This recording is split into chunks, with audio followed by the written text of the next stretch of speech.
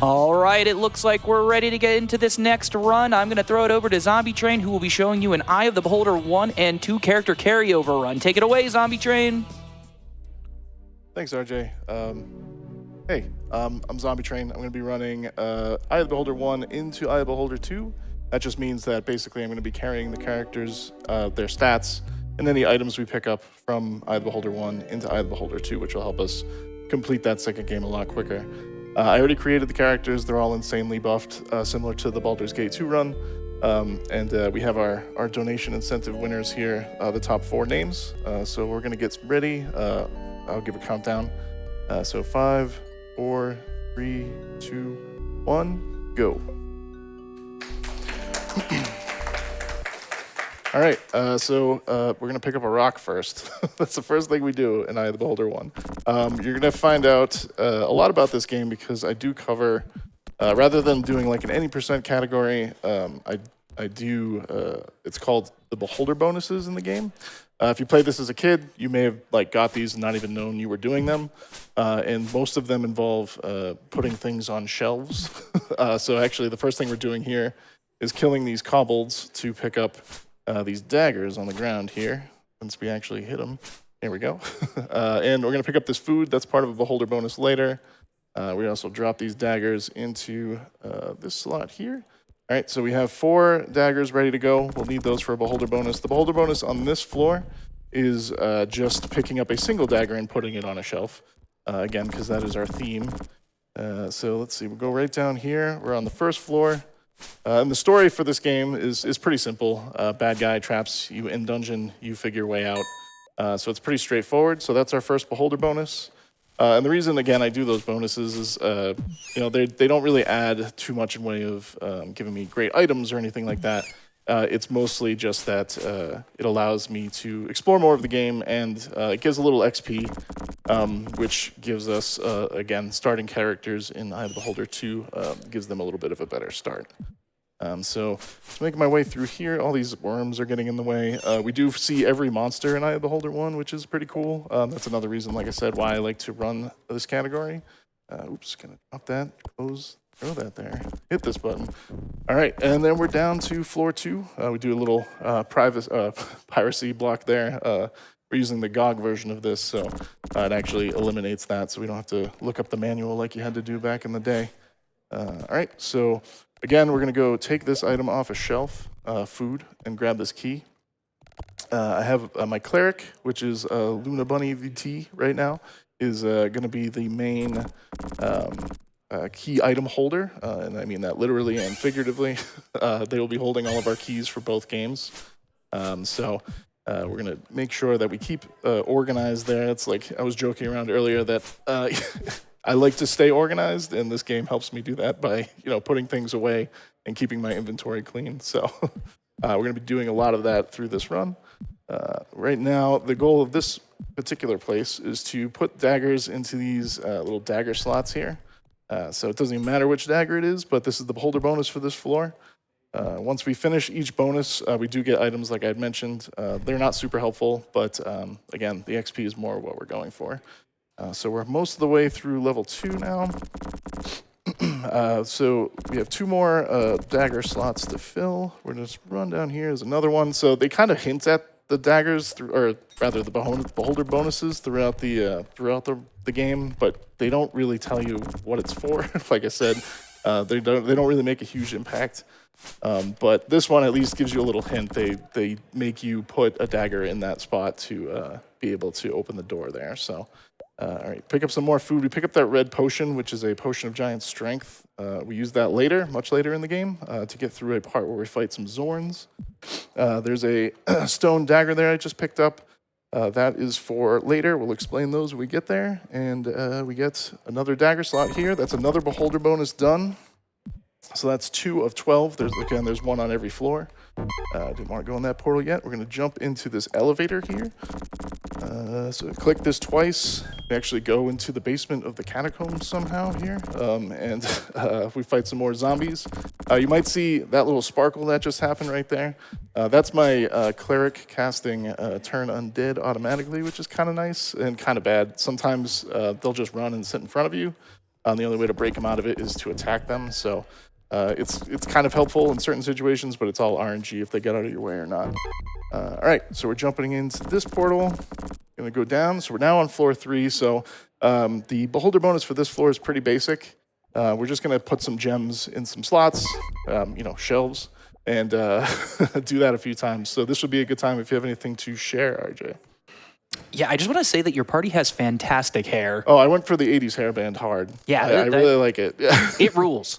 But anyway, I do have a couple of donations here for you. I have a $50 donation from Shake. Says, hey, Zombietraine, Yindog and Nico here. We just want to say how proud we are of you for making it to your first marathon. Thank you for always being there for us and laying down the foundation for our love of video games. We also have $100 from Chris. Says, looking forward to the run. Spent a lot of time as a kid wandering the sewers of Waterdeep, wondering where the heck I was going. Yeah. And we're about to kind of cross the threshold of where, like as a casual player, people started getting lost. Once you start getting down to floor 4, that's when it gets a little dicey. So that was the beholder bonus there. So like I said, we're just taking some gems out of eyes and taking stuff off of shelves. We're going to grab this armor. It gives us a little bit of a bonus, a little bit stronger as we go down to floor 4. So we'll start running into some spiders here. Here we go. So they can poison us. We are very far from being able to fix this problem. So we're going to try and just avoid getting hit. That's the ultimate goal here. Just to avoid that situation. We do have ways to get rid of it. And getting poisoned here is not end of the world, but it won't really send us out of our way too much. But it is important that we try not to get poisoned here. It becomes more of a factor in Eye of the Beholder 2. There's more critical status effects like flesh to stone and things like that we need to avoid, and we'll have to probably save and load through. But poison right now isn't too bad. Looks like we just got poisoned, so that's fun. We'll fix that really, really soon. And this was pretty much where I died as a kid. So I'd get down here, I'd start fighting some spiders, and then I'd get lost, and my characters would just perish because we're not even close to a neutralized poison spell at this point. And you actually don't even get close to one later in the game. Honestly, you have to be a very high level in order to get that. So we're going to pick up this key. And so we'll slowly tick damage down on Goose there. We'll be okay, though. We'll get to so basically our quest right now is to do the Beholder bonus here, which when I found out what this Beholder quest was, I mean, you had to be pulling my chain. There you go. There it is. That's the Beholder bonus. You pull that chain. I see what you did there. Yeah. See, I've been thinking about that since the practice room. But all right, so we pick up an axe there. That's an axe +3. We pull this lever, so these little arms that we're pulling down are actually closing pits that let us proceed to the next part of the floor. We pick up another key here. Again, just navigating through here as quickly as we can. We're about to hit the next floor. So we are 4 Beholder bonuses in, and then we will get this poison off us, which is a big deal. I don't want to be wandering around. If I was to rest here, too, at this point, that character would just die. There's no way to get around that. So we're going to give her some scale mail, take this key, which will open the door to the Dwarf Village, which is this way. Ooh. Placing myself here. There we go.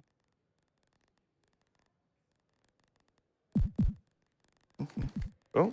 If you have anything to share, now would be a good time too, RJ. We're just going to do a quick story bit here. You got it. Let's talk about some of the upcoming incentives for the Kingdom Hearts Birth by Sleep run that is after this one. We have currently 3 incentives open. We have Fight Armor of the Master, we have a fight with No Heart, and a fight with Vanitas Remnant. For the Armor of the Master, we're at currently $120 of $750. To fight No Heart, we need $2,000. And to fight Vanitas, we need $750. So we have this run to get that met, but we need to do some work on those if we want to see some extra fights in Kingdom Hearts. Yeah, who wouldn't want to see more Kingdom Hearts, right? All right, so now we're using our stone portal keys for the first time. We're about to do another Beholder bonus, which is to put items on a shelf. So 3 shelves this time, actually. So we're going to go ahead and put...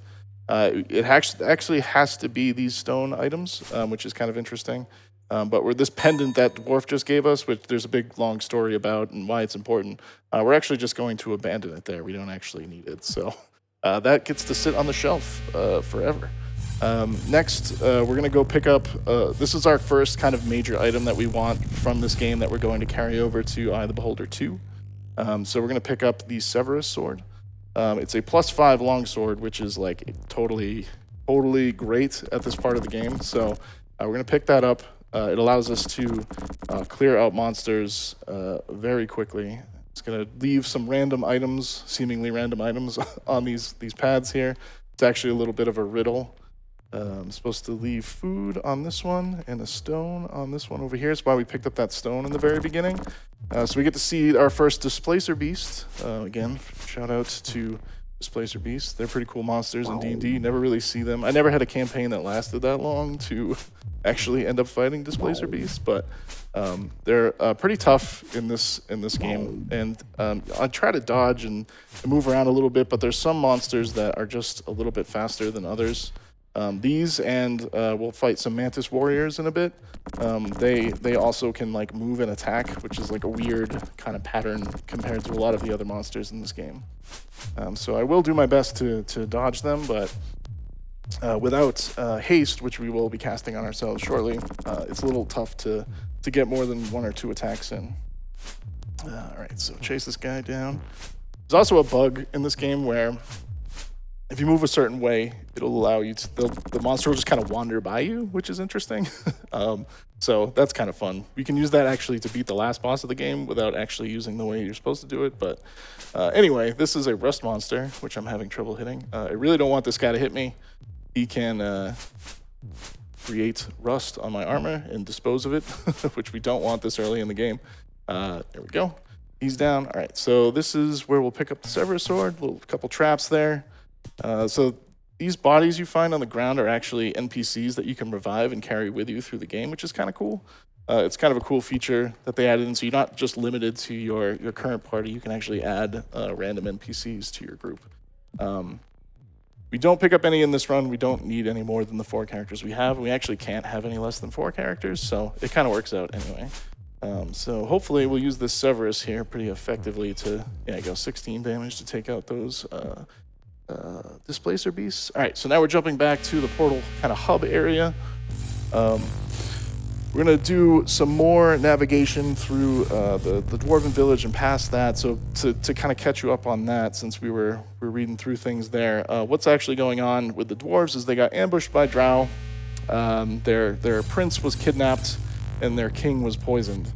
So one of the beholder bonuses in the game is not actually to to save the king, which is funny, but it's actually get the poison spell, or the antidote, excuse me, the antidote to heal the king, which gives you a wand in order to cure the king, and then get that wand to push Xanathar into his own trap. So that's pretty funny that the bonus is not actually doing part of the story, just doing some random aspect of defeating the final boss. So you may have noticed there I did another beholder bonus, which is putting things on shelves. So we put 5 stacks of food or rations in that little cubby there. That turned all 4 of them into large rations, 5 of them into large rations, and yeah, completed that bonus. Right now we're just, again, navigating through to get to the next floor here, picking up some keys, some more armor. That ring I just picked up was a ring of Featherfall. We get a surprise spider there. There's 3 more spiders coming up through this door. Oh, there it is. We'll take these guys out, and then we're going to proceed to the next floor. Whereas if you were a casual player, this is probably the very end of the part where you were able to continue, because after this floor we get down to the drow level and it gets very, very complicated. But we'll do a little bit of puzzling here, so we'll just jump in these portals. You can actually soft lock here if you go too quickly when you're pulling these levers. So everyone I'm pulling is opening a door. And that sometimes if you go too fast and pull the next one before the other door has opened, it just kind of gets confused and you're stuck here. So luckily we avoided that. All right, so we're heading down to, this is the Kenku Nest. There's a lot of monsters here. Anybody who played this game casually too probably did some grinding down here because they will respawn to infinity. So this was probably a pretty fun part for people like myself, who enjoys a nice, good RPG XP grind. So this is going to go on for a little bit here. If we have anything to share, RJ, that would be good. Yeah, sure. I'd like to take a moment to talk about RPG Limit Break's merchandise store. Yes, they have a merchandise store. From hoodies to coffee mugs to even fanny packs, you're sure to find your new favorite RPG Limit Break branded gear. And the best part is, all proceeds from our merchandise sales go directly toward funding RPG Limit Break, so we can continue to bring you these awesome live events every year. To visit the online store, please visit www.store.rpglimitbreak.com. All right. Yeah, so again, continuing our massacre of the Kenkus, we just picked up our first Kenku egg. So that's the beholder bonus on this floor, is to pick up 10 Kenku eggs and deliver them to the room that they consider the actual nest. We're also going to pick up these darts. We're going to need 12 darts for a beholder bonus later, so we're going to pick them all up on this floor. And then we're going to come up to a storyline NPC here, and this is going to be the first time we're going to rest. So we need to memorize some spells, scribe some scrolls here. So we got haste, which is super helpful. We're going to use that a lot throughout this game and the next game. Old person is very, very helpful. Prayer gives us more defense and a higher chance to hit. And again, memorize. We're just going to memorize this one slot of haste. So we're going to rest really quick. This should be a pretty quick rest. We haven't taken too much damage, and our cleric will heal us the whole time. So we'll recover pretty quick. But this next part, we're about to fight our first kind of boss character. He's like a mini boss. He gives them big dialogue about the master plan and the drows and the dwarves and how they're all fighting. But what we're going to do is just cast hold person on him. And then we're going to smack him a few times. And we're going to save. And what we're looking for this guy to drop is a Cone of Cold Wand. We're going to use that all the time in the upcoming fights. And if we don't get it, we just need to load here. So it should be pretty quick, especially since I've already I've held him. He's already taken some damage. So it's like a 30% chance to get it seems like. If you have anything to share, I know it's a little quick, but if you have anything, RJ. Yeah, let's talk about some of the new prizes that are available. All of these prizes are going to be available to the end of the Trails in the Sky First Chapter run that'll be happening later in the marathon. We have a Kingdom Hearts Aqua Amigurumi doll that we saw in the prize segment just now. That is a minimum donation of $75. We have a life-sized Umbreon plush that has been making its appearance throughout this entire marathon so far. That is a minimum $125 donation. We have a Dragon Quest Slime Amigurumi. Sorry, I'll get it by the time I say it the 100th time, don't worry. That is a minimum donation of $10. We have a Dragon Quest Slime plushies, 3 of them it sounds like, for a minimum donation of $10. Final Fantasy VII, Magic the Gathering Commander Precon for a minimum donation of $10.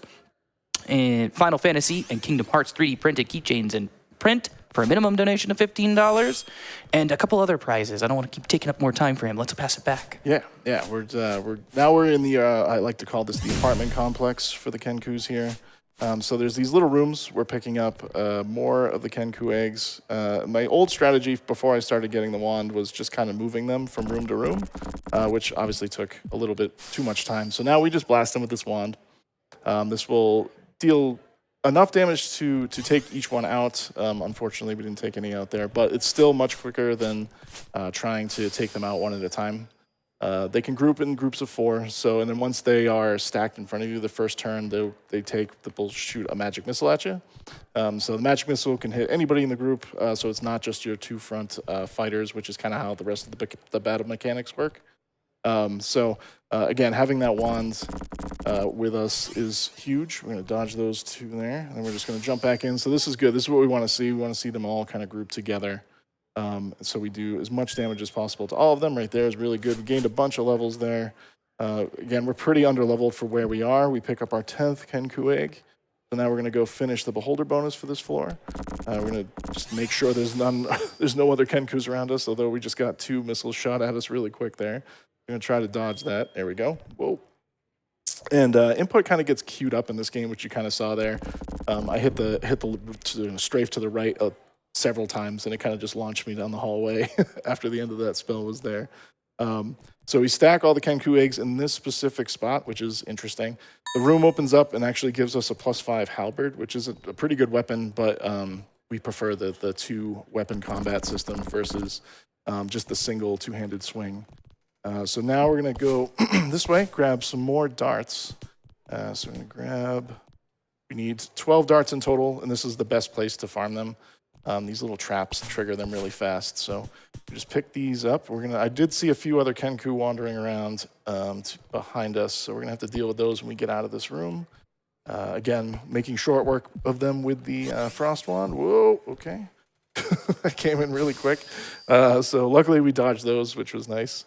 The worst is when you're in the middle of doing something on this floor and one of the Kenkus that you haven't seen yet shoots a magic missile from down the hall. You get a pretty good jump scare from that because there's a big explosion sound and everything when it lands, and I get startled and embarrass myself in my own home by how scared I am of a 1991 game. We've all been there. Don't worry about it. Yeah. All right, so we've cleared a majority of the Kenkus out. Again, they kind of just keep coming, so we just wanted to clear the path for where we have to get to next. We're going to jump down this hole. You'll notice the mage didn't take any damage there. That's, again, because I got the Featherfall ring. We're going to pick up another one of those before the end of Eye of the Beholder 1. Next, we're going to pick up these 2 keys. So we have all the keys we need to get off this floor, and then we're going to go down into where the game kind of ramps up the difficulty in terms of puzzles and there's spinners and walls move and change on you depending on where you step, and fireballs and all that kind of stuff comes out. So again, this is probably as far as most casual players got, but it's we're gonna actually do a little trick here, which I don't think I might have been mentioned in the strategy guide that you could like send away for, which I did as a kid. So quick funny story. When I was a child, it was like $1 to get this guide. So my friend and I mailed $1 to this company. And it was several years after the game actually came out.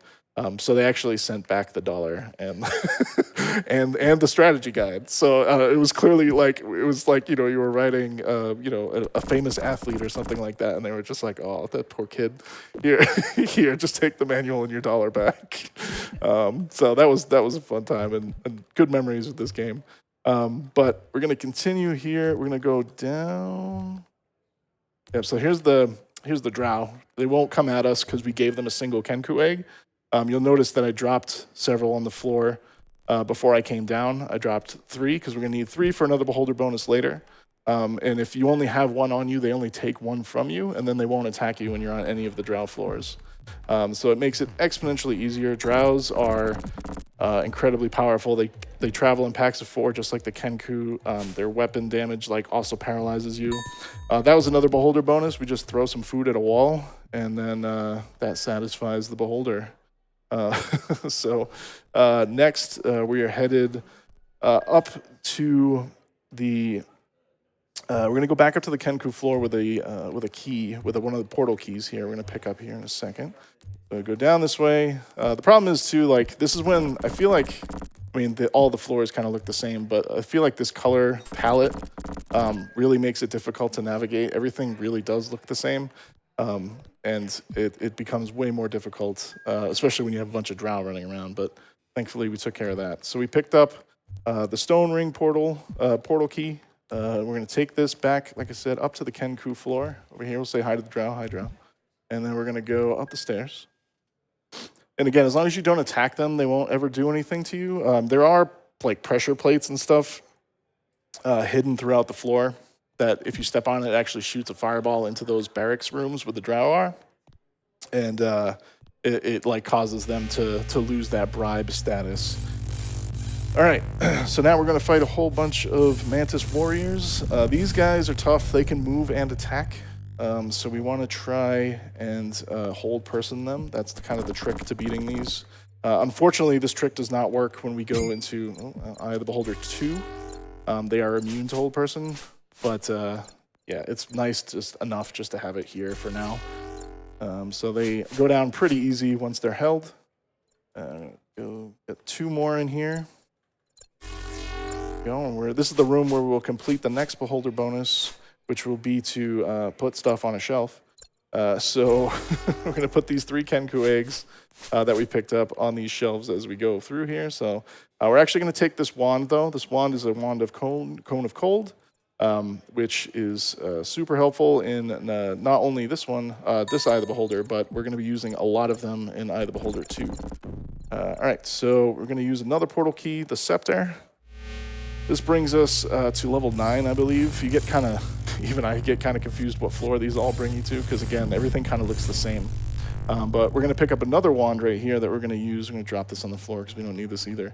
But we are going to pick this wand up. This is a wand of lightning. We're going to use that at the very end of Eye of the Beholder 2 for the most part. It's like the second to last section of the game. So it's super helpful. We fight a whole bunch of frost giants, and frost giants don't like lightning. So we're going to use that then. We got a Drider here, so another monster we get to see, which is, again, cool. They are very easy compared to where they are in the game. It's like we're getting near the end-ish, and they just kind of don't do much damage at all. We'll take them out here just for the XP, too. They're good XP. And we can make pretty quick work of them with our +3 axe and +5 longswords. So now is a little bit of a dangerous part coming up here. I'm going to save once we get through these doors. This is kind of like a first of many fireball alleys. This one is very tame compared to the one we'll run into in Eye of the Beholder 2. You just saw a little fireball go by. That's kind of how I know that I'm good to save here. We're going to go down this hallway, sidestep. Another fireball will come by here in a second. Woo. And then another fireball. And there's pits on these little sidestep areas, so you got to kind of be careful. Just saw some hellhounds there. They just disappeared because we got teleported to the other side of the wall there. Again, just kind of misdirection to try to screw you up. But if you have anything, RJ, this would be a good time to go. We're going to just put some darts in some trap holes here. Of course, we have a $25 donation from Spock Rocket with no comment. Thank you so much. We have a $10 donation from Synthwave Ash that says, love Eye of the Beholder as a kid. Exciting to see it in action. We have a $10 donation from Corrupt Dictator with no comment. We have $125 from Werewolf Kevin without a comment, but thank you so much for that. And then we have a $50 donation from Elcidion that says, I have a riddle for the Eye of the Beholder run. If you have a bee in your hand, what do you have in your eye? I'm not very good with riddles. That's why I play the same game over and over again. Well, you have beauty, because beauty is in the eye of the beholder. Oh, look at that. That's a good one. I like that. Thanks. Yeah, thanks for the donations, everybody. That's awesome. Yeah, so we have now entered the Mantis Warrior Nest. We're not going to spend much time here because, 1, Mantis Warriors are a pain, and 2, there's not really much to this level if you know what to do, so we just need to flip those switches a couple times. I'm just going to double check and make sure. Yeah, I do have my 2 potions of strength. We pick up another ring of Featherfall, and then we jump down this hole. So that's all of the Mantis Nest for now. And we are now on floor 11, which is the second to last floor. We're going to line up these. This room kind of rotates from like the inside out, and you need to line up the inside with the outside to open this this doorway here. So we're gonna run down here. We're gonna get to see some really cool monsters in here. You know, we just saw a Mind Flayer at the end of Baldur's Gate 2. We're about to see some Mind Flayers in here. They go down pretty easy compared to other games, but I'm thankful for that because they can be a pain. They can actually one-shot our party if they paralyze everybody. If they can do Psychic Blast, and that just like ends the run. So we're gonna save, of course, but we don't want that to happen regardless. So we'll save our game before we fight our first Mind Flayer. We only have to kill a couple. We're going to jump in here. We're going to see. Okay, so he took the door. So I was kind of hoping to get in the room with him. It's a little bit faster. But I'll just smack him here. If he looks at me, I just need to step out of the way. As long as he's not looking at me, I'm okay. All right. And then so we pick up that drow key. Go through here. We're going to get another Mind Flayer right here. We're going to see if we can get in the room with him. Nope, that's okay. Don't look at me. Oh, God, don't look at me. All right. We got him. Yeah, again, luckily they go down pretty quick. We do want to pull 2 things out of this room. It's another stone portal key and these bracers, which are +2 bracers, so that'll help us in Eye of the Beholder 2. All right. Then we scoot back to our little circular puzzle chamber room here, and we're going to do the floor 11 Beholder bonus, which, you know, anyone can guess what we're going to be doing. We're going to be putting something on a shelf. So I really thought you were going to do something different. I thought this was the one. yeah, it was. I had the delay there and everything. Totally gotcha. All right, so we go in this room. To be fair, though, we do pull some levers before we put something on a shelf. So Now that's something. Look at that. yeah, look at this. So we pull some levers there. We take this wand, another cone of cold wand. We will use that again in Eye of the Beholder 2. That potion I just picked up is the cure for the king, and I just put that scroll on the shelf. And then we pull 2, 3, 6, and 8, and that's the beholder bonus. So what that actually turned that scroll into is a bunch of hint scrolls. So if you were still trying to figure out how to get through the game and you were lost, which is definitely possible, it gives you a clue on how to beat Xanathar and things like that. So pretty cool little nugget of information. However impossible it would be to figure that out as a child. So all right, we just memorized some more spells. We're going to rest really quick here. This one shouldn't be too long either. We're damaged, but not badly. But the next thing we're going to do is actually going to start buffing ourselves. We haven't really done that yet in the game, but we have like a standard loadout of spells that we want to use almost every time, and that's Bless, Haste, Prayer, and Protection from Evil. And those 4 spells kind of keep us safe throughout this game and the next somewhat. At least gives us a better chance to survive. And we're actually going to drink our potions of strength now. These will give us a huge strength bonus, which will allow us to do a lot of damage to the Zorns that we're going to have to kind of fight our way through coming up right here. So I'm going to save. If you have anything to share, RJ, this would be a good time. Yeah, sure. Chad, I'm going to be real with you. I like to yell, and but I'm not going to do it for RPG Live. But I want to let you know one thing that'll make me yell. We're just over $1,000 from hitting the $50,000 mark for RPG Limit Break, and I would love to be able to shout that we hit that mark during this Eye of the Beholder run. So if you can find it within your heart and have the means to do so, making a donation to get us there would make me very happy. And we've started to make a dent into some of these Kingdom Hearts incentives at the same time, so we could keep working on all of that. We can get 2 things done at the same time. If we get all of these incentives for Kingdom Hearts done, we will absolutely shatter that $50,000 mark. I'll also play the this is my first time card too, so it's my first time ever at a live event, so that would be really cool if I could be a part of, crossing that that threshold. That would be really awesome. So You heard him. Make it happen. yeah. All right, so Zorns, these guys are, they're not too bad. They're pretty slow, which is the only reason why we kind of just throw ourselves into that maze there. But they do a ton of damage, so we have to be somewhat careful, and they take a lot of damage to take out, so that's why we gave ourselves strength potions. So I'm just opening some walls here. We're going to go back, give the antidote to the Dwarf King and heal him and get the Wand of Sylvius back in return. I might be pronouncing that wrong, but regardless, the wand, regardless of how I pronounce it, will push Xanathar into just a space away from where we are. So we're going to use that to shove him into his own kind of trap in his lair in order to get the final Beholder bonus of the game. So let's see. I will... see, so we just pop in here, say hi to the dwarves. Hey, dwarves. They drop the wand, and it's like another main reason why we have a mage in the group, because we wouldn't be able to get the bonus if we didn't have a mage. So we throw our necklace back in here. We're going to jump back into the other portal we just came out of with the holy symbol. We're going to scoot by a couple of Zorns and a Mind Flare, and then we'll get to the final floor. There's a funny little... So I also speedrun the Sega CD version of this game, which I highly recommend if you're interested in playing that game. This game, that's a really good one to play if you haven't played any of the Eye of the Beholder games, because it actually has its own mapping system and everything like that. It's not an auto map, but you can pick up maps as you go, and it's way better than the earlier DOS versions. But more importantly, it has a really cool soundtrack. You'll notice this game has no soundtrack at all, but the Sega CD one slaps. It's really, really, really good. So I highly recommend picking that up, or at least listening to the soundtrack on YouTube. It's very, very good. But the reason I'm mentioning it is because on this floor in the Sega CD version, there's like a bird tweeting in the background. It's like part of the soundtrack, and I don't understand why there's a bird tweeting 12 floors underground in like this weird purple-pink area. I don't know. So Xanathar likes his birds and likes to keep them close, apparently. So, all right. We're going to fight a couple of golems here. Hopefully only one golem, but we do rehaste ourselves.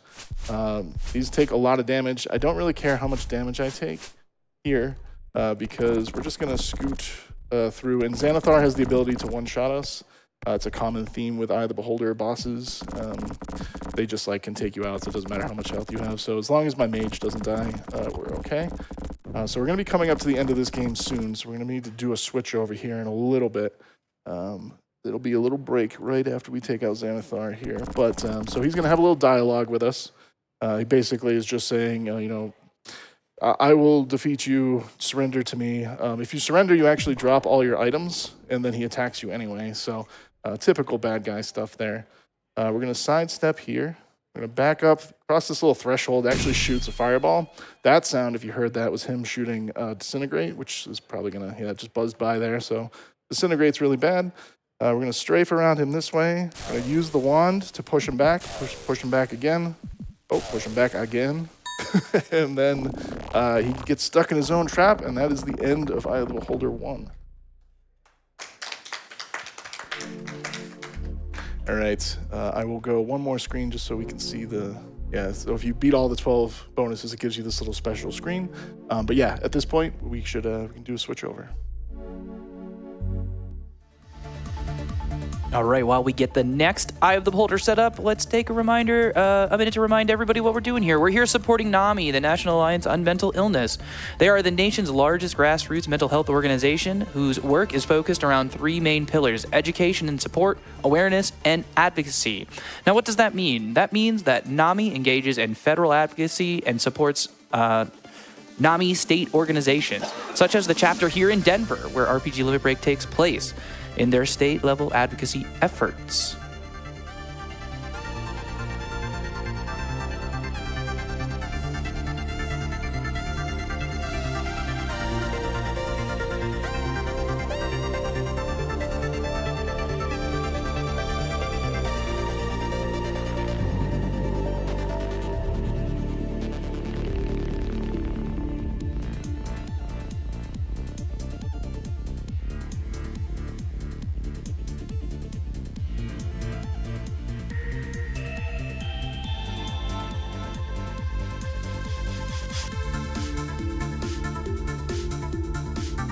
All right, we're ready to jump right back into it. Zombietraine, take us away with Eye of the Beholder 2. All right, so this is the transfer character screen. We're about to jump into Eye of the Beholder 2. All of our characters are carrying over levels, things like that. Items that are not key items are carried over. So we're loading in here.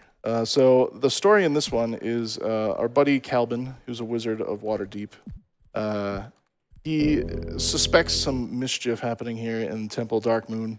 So we're going to pop in here and we're going to meet some nice clerics here. They're saying we can stay as long as we want and just rest and do whatever we need to do.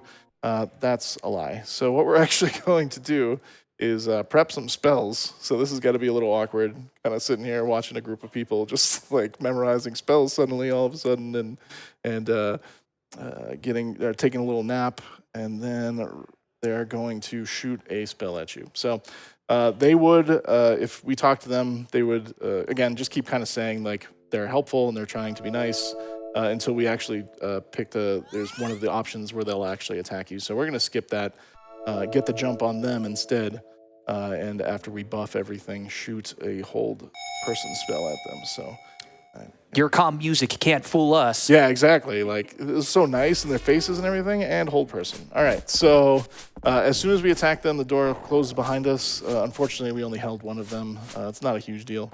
But things you'll notice in this game is there is a ton of monsters in this game compared to the last one. They also all take so much more damage. So there'll be parts where we're just fighting 20 to 30 mobs in a room.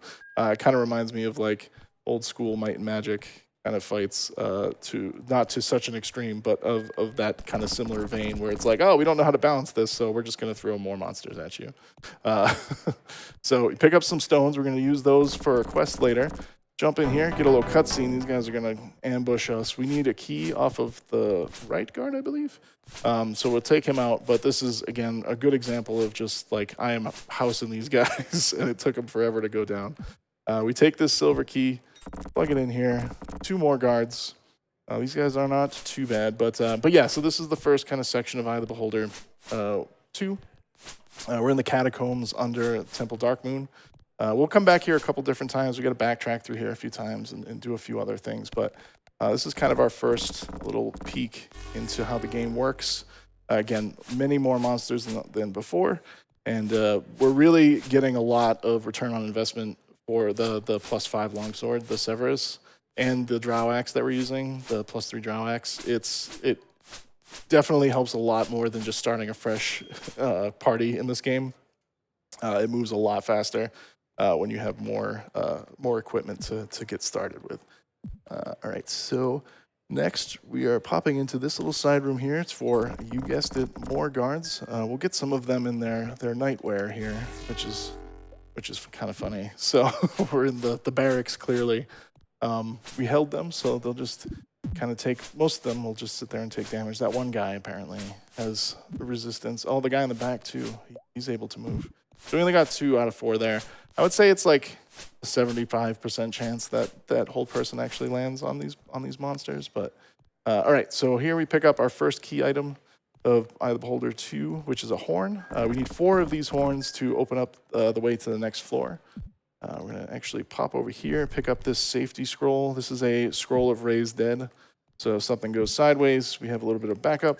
Get the piracy protection there, get rid of that. And then we're going to the next floor. So more guys in this little area here. This is probably the longest fight in the entire game coming up here. We have to fight through just a horde of undead warriors. It's going to take a while, and I think it's kind of used in the game design as like a way to bring your characters up to a certain level if you're not carrying your characters over. So there'll be many groups of 4 of these skeletons for a while. So RJ, if you have stuff to share, please do now. Surely, we got a $50 donation from Tangent that says, "Look at this guy, the best guy in the Twitch front page." We got a $25 donation from Klopfer that says, "Had a great time getting lost in Eye of the Beholder 2 as a kid. Great to see how the story started. Keep crawling that dungeon." And then we have a $250 donation from an anonymous donor without any comment, but we thank you so much for that.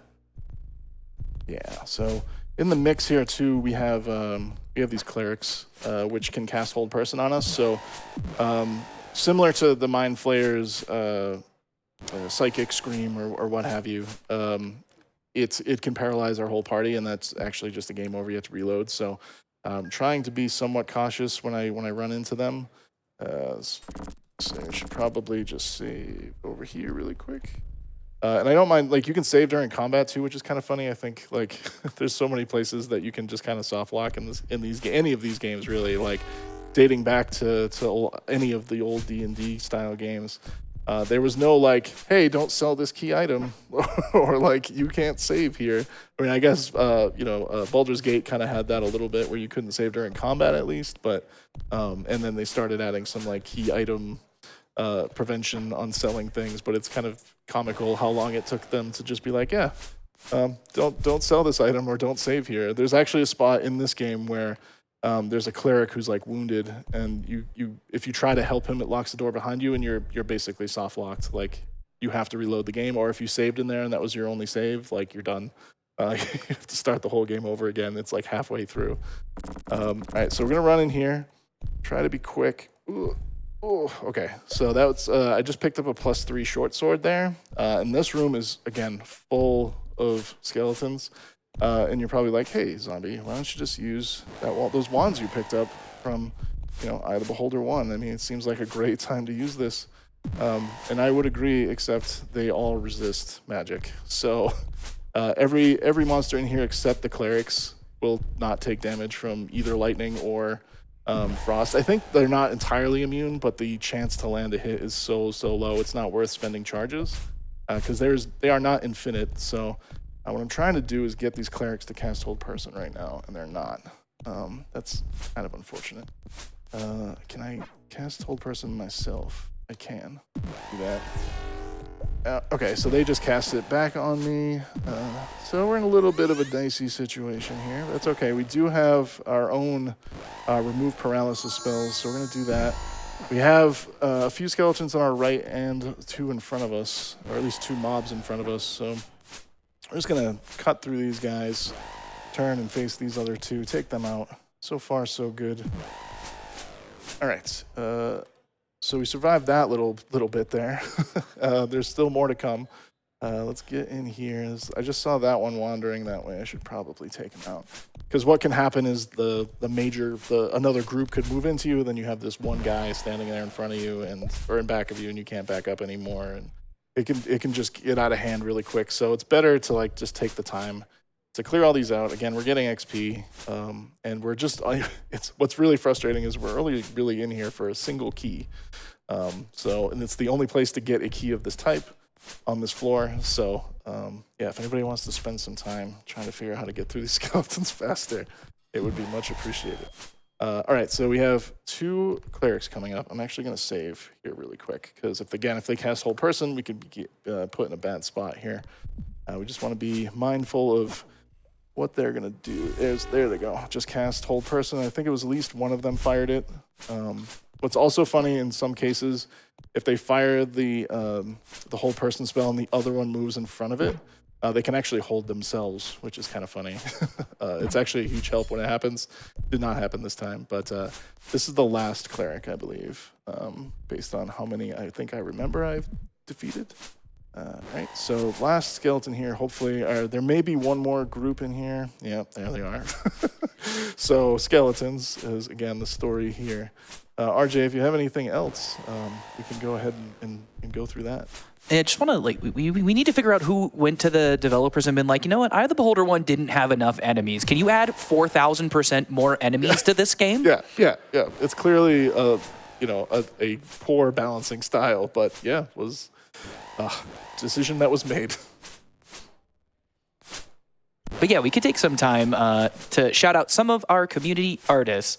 We have LLK, who designed the RPG Limit Break logo. We have Mega Weasel and It's Casa, who are responsible for designing several of the emotes, which you can access by subscribing to RPG Limit Break's channel. All the revenue from subscriptions, bits, and the ads we run contribute to funding our annual marathons, and your support in this regard is critical to helping us put on these wonderful events every year.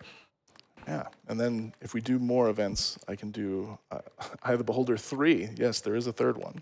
And you can carry your characters over in that one. It's not as good of a game. They went with a new engine in that one, and it's not very good. It's the sound and graphics engine were changed, and it causes a lot of problems. And it's just it's a tough game to get through, but it would be a great donation incentive, I bet, to force someone to run through that. So we're progressing on this floor. We're almost done. Again, more monsters to kill, but only a couple. We pick up another key here and another key here. Give it to our key item character. We pick up some junk. We're gonna need some junk to throw around, because instead of putting things on shelves in this game, we just throw a lot of things. So it's kind of the opposite of being organized in this one. But all right, so plug these keys in. That one, and then we have, we'll meet Kelvin. So this is not the first time you meet him if you watch the intro, but so he is the one who sent us on this quest. He's basically just checking in with us and seeing, what we've discovered. He shares a little bit of information from the outside, and just that he'll reach back out to us when he's able. So we'll meet up with him virtually. It's like the first Zoom meeting. We'll meet up with him later. All right, so plug the key here. We'll pick up our second horn. So again, we need 4 of these to proceed to the Silver Tower. There's a little trap coming up here. This little fireball shoots at you here. If you try to sidestep into those earlier rooms, there's another fireball that fires at you. We smack this wall a couple times. And we're going to get our first rest point.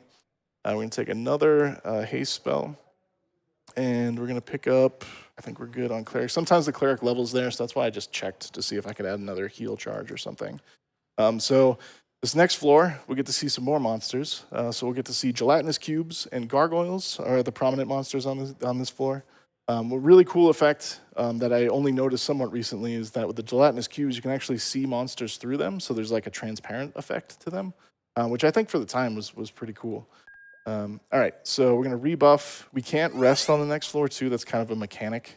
So if we take damage, we just kind of have to deal with it. We can use our heal spells and stuff, but if anybody's ever played a D&D game on a computer, or even I suppose in real life, the spells that heal you are very ineffective sometimes. So we don't like to rely on our heal spells in active battle. It's better just to have them activate during rest time. All right. So again, we're stuck on this floor. As soon as we step on that pad right there, we are now trapped. Hit that switch to stop this room from rotating. It's kind of like the first time you start getting spin mechanics for the floors. We'll drop this spider key. We're gonna jump into this room. We're gonna pick up some +5 bracers right here under the shield. So that's a lot of defense there. We're gonna have to fight a ton of gargoyles, but it's way worth it. It helps us, that +5 to AC definitely helps later in the game. So we'll take the damage and a little bit of time loss for safety, especially since we're in a marathon setting here. So, all right, so we cut through those gargoyles pretty quick. That was good. We go through here, jump through this illusionary wall again. You'll see me just kind of dart into walls that are there. I apologize, I don't call them all out. It's just like muscle memory for me to jump through them at this point, but if you've ever played any sort of dungeon crawler like this, the illusionary wall is a classic getcha. So, all right, need the spider key. Plug the spider key in here. We're gonna put some stuff down again. We don't put it on shelves in this game. We put it on the floor. We make a mess of our room. We'll put that coin I just put down. A little funny tidbit. If you watch the intro, that coin I just put down, Kelvin gives it to us so he can actually communicate with us. So like that's basically like how he sets up his Zoom meetings. So we just get rid of it. And if it was only so easy in real life, right? So you'd never have a Zoom meeting again. But so we try to drop it on the ground to stop Kelvin from talking to us, but he can still communicate with us. So like real life, you cannot escape the meetings. Just fighting through some gargoyles here to get through to the portal area here. So again, I'm just picking up some random garbage because we have to throw some stuff into some portals later. So again, more throwing things on the floor. We pick up a spider key, go through this illusionary wall, some gargoyles here, go through this illusionary wall, and we're actually going to pick up two of these fire orbs here. So the fire orbs it's a very mean trick in this game, and I kind of talked about it. Doesn't lead to a soft lock, but those fireball orbs there, they actually they cast the spell fireball, which like at this point in the game is a pretty big deal. Like if you could just have a free cast of fireball and just use it to get out of a jam or something like that, it would be really helpful.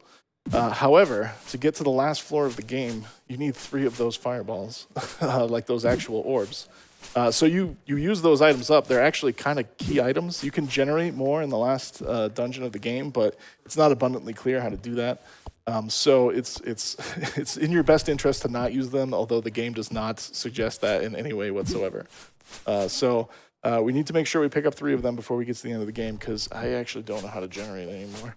So we just got to make sure we don't use them, and that's why I put them in a very specific spot in my inventory so they stay out of the way.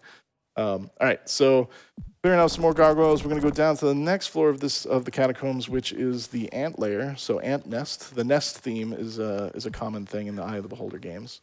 Kill these gelatinous cubes here.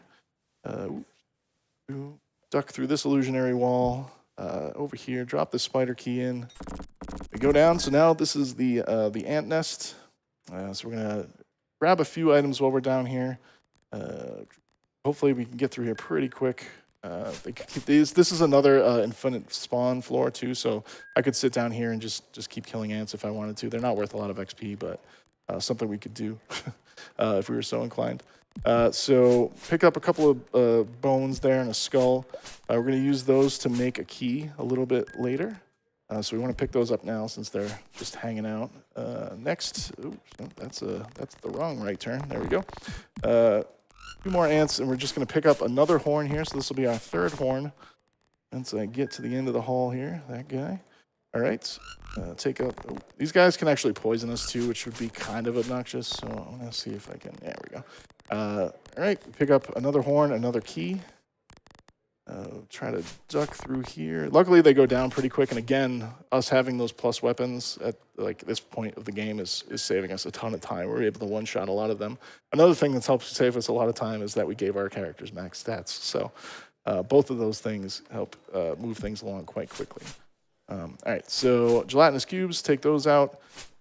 We need to plug in the spider key that we picked up back over in this little looped area where we were putting stuff down on the floor in like a cross pattern back there. All right, here we go. Jump in here, plug these keys, start to clear up some inventory space again. The inventory space ebbs and flows so much in this game. It's kind of crazy. All right, last key, drop the key in there. And then we pick up our final horn and another key. We continue upstairs. We're going to see some of our old spider friends from Eye of the Beholder 1. They're very, very easy at this point, just because they have not gained any levels and we have gained many. So they'll go down pretty quickly. If you have anything to go through, RJ, would be a good time now.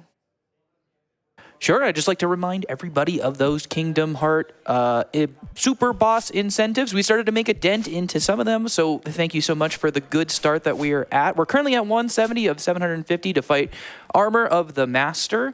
We're currently at 75 of 2,000 to fight No Heart, so we need to get working on that one. And we also have 25 of 750 to fight Vanitas Remnant. So let's remember when you're making a donation that you can pick an incentive and pick something that sounds fun to you, because we want to see more RPG Limit Break. Absolutely. All right, so we just picked up another key, and we're making our way out. So this is my favorite guard in the game. So this guy is just down here in this room by himself. I'm just going to check him out. See, he's right there, just hanging out. We're going to open this door and just leave him here. So who's the guard now? Who is the prisoner? So we leave him there. It's funny that he gets his own little cutscene and then nothing ever really happens with it. So, all right. So we're making our way. This is back up to Dark Moon Temple proper. We're going to go ahead and blow these 4 horns to open this wall here. Makes a nice little sound. Go. All right. Makes the wall disappear. We're actually going to keep these horns on our character here. We don't actually need them anymore, but again, we need to throw junk. So we're going to rest really quick. We're about to go up to the second major dungeon in the game. It's called the Silver Tower. And we're going to fight a bunch of Mantis warriors up here. They're the primary enemy. So they were briefly in Eye of the Beholder 1, but they are much more prominent in this game and way harder. You can't hold person them. They can move and attack unlike every other monster in both games for whatever reason, except for like the last boss. And they attack quickly. So they can do a lot of damage really quick. I'm actually also going to equip my frost wands in both hands. So we're going a little wand akimbo when we go upstairs here. We're going to save. And once we get up here, this is where in the game we start having to take a lot of forced damage. So like we'll have to stand on pressure plates that do damage, or stand in these little lightning bolt things here to make our way forward like that. So the game really forces you to rest a lot more in this version, which I actually think is kind of a lame way to do it, but it definitely feels like more of a game when you have to actually rest and take breaks and things like that instead of just flying through stuff. So we fire both wands here. That was perfect. That was exactly what we wanted to happen. The wands did enough damage to move those, to take out those mantis monsters and push them away from, they didn't actually push them, but clear enough space off those little lightning pads so we didn't take any damage. So we pick up this sword, which is a cursed sword. We're going to use that for a riddle later. We duck back out here, we have our key. So we flipped that lever back there, which turned off all of these little lightning pads, at least most of them. We're going to step in here and get a little cutscene-ish thing. It's a Mantis warrior. He asks us to help him. If we actually were to help him, he would attack us and do damage. So we just take him out to take his key. And again, you can't even dance with these guys, so usually you can like shift left and right and woo them with a dance, but it does not work on these guys. They shift over and attack right away. All right, so this is the first time we're putting items in these like weird wall mouth things. This is a common theme in this portion of the game. We put 3 of those bones that we picked up from the ant layer into that mouth, and it gave us a skeleton key, or a bone key, not a skeleton key. Oh, that's not good. So we just got ambushed there by a mantis warrior pretty quick. All right, so both of our front guys are poisoned here. We're gonna blast with a frost wand. Hope it kills. Good. All right, and then just remove paralysis. There's a few more mantis monsters we have to take out before we can rest again. These two have fireballs, so you got wizard mantis warriors, I guess. Multi-classing, hard, but sure.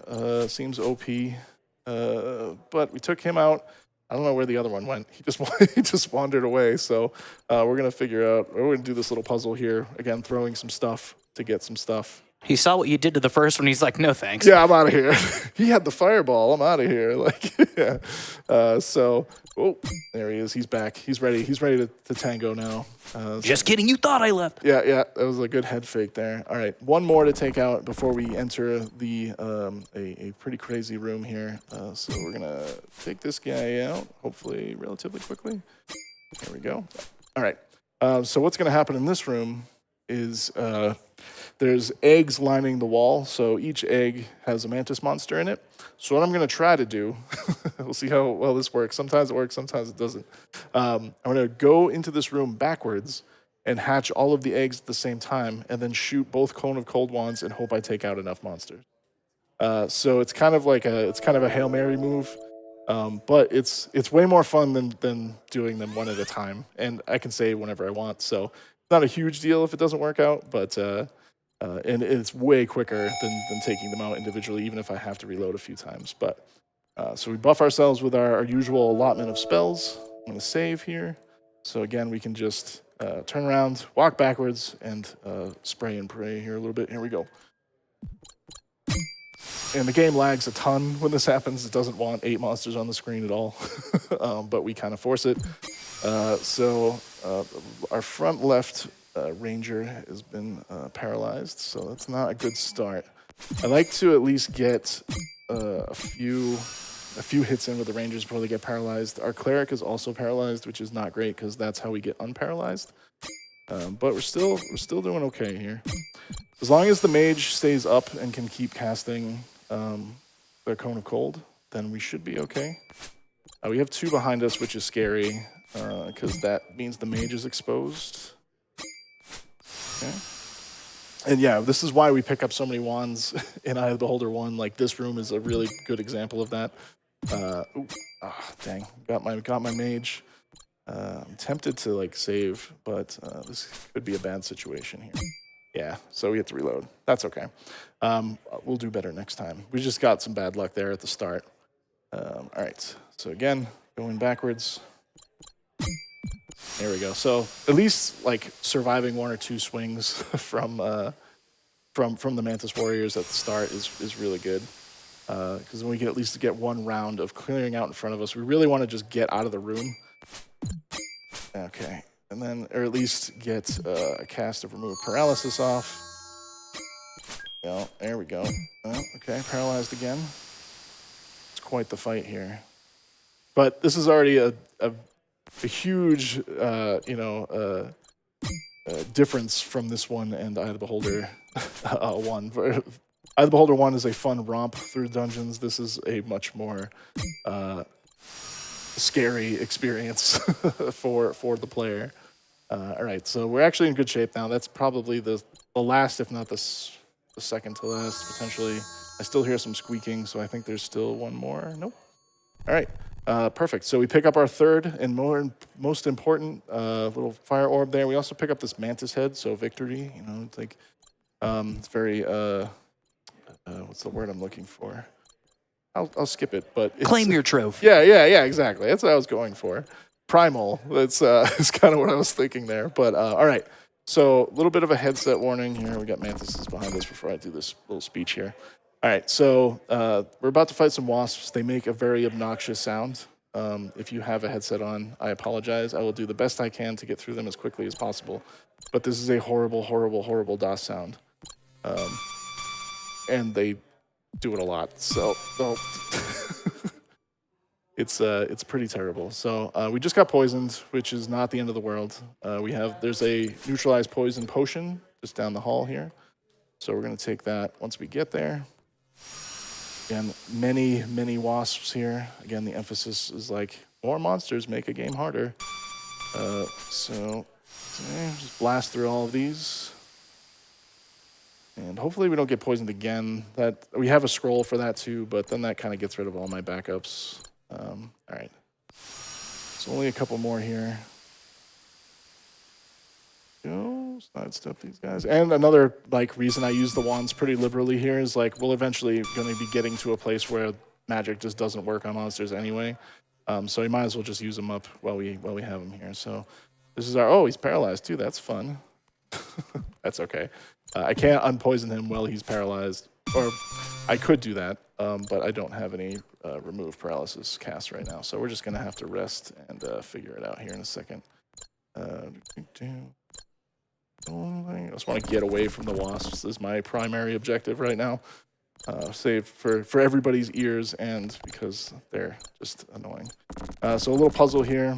We pull these levers, gets rid of, it actually opens up these doors here. But it also creates holes where the previous lever was pulled. So if we were in here, I thought there was a wasp in there. I was like, what is happening? But anyway, so pulling that last lever creates like an invisible floor that you can walk over that last hole and get off this floor. All right, so you've seen this guy pop up a couple times. I haven't said anything about him, but basically he's just telling us that everybody lies and not to trust anybody. So right there, he's telling us to go left. If we go left, it's a big bad fight. If we go right, it's the right way to go. So just kind of re-emphasizing his whole like don't listen to anybody thing. All right, so I'm gonna see if I can fix this problem with the poison here. Because, yeah, all right. We don't need him to rest that long. He only stays paralyzed for a little while, and now we can take care of the poison problem. There we go. All right. Don't trust anyone, not even me. Exactly, yeah, pretty much. All right, so do a little bit of a rest here. We got more of those mouths coming up where we need to put things in the mouths to answer some riddles. But first, before we do that, we need to go clear out a little area for we see some more monsters. I unfortunately don't know the official name of these fellows here that are going to be flying up on us, but they're like a snake bird hybrid. I'm sure there are D&D fans out there who know what they are. But we're going to clear these guys these out here. They can also poison us right on cue, and they can paralyze us too. So we need to just make sure we deal lightly with them. Usually I have, I'm not buffed as part of the problem right now, so I'm just taking a little slow through here. I'll fix that in a second. Yeah, luckily they go down pretty easy, so it's not like too big of a deal. I actually like that they're all different colors too. I don't know, kind of adds a nice little touch to the monsters there from being just regular monsters. All right, let's fix this poison problem, so we can fix that. And then we're gonna go throw some things at stuff, because that's what we do in this game. Oh, there we go, okay. This way. We put the skeleton key we picked up. That was actually the one that we made a while ago. We go here. There's these gas bags. These things, they look like beholders, but they just are not, and they will do a lot of damage to you if you kill them or hit them when you're next to you. So I just throw these stones that we're going to use here in a second in order to get through those quickly. Add up. Okay. Another D&D game telling us to just throw rocks at our problems. Exactly. It's an ongoing theme here. All right. So this first mouth is asking for some rotten food. We don't have the rotten food yet. We will be getting that shortly. This mouth is asking, the riddle is related to stones. So we're going to put those 5 stones that we've been carrying for a long time into this mouth. It will close and make a happy sound. A nice little soothing sound.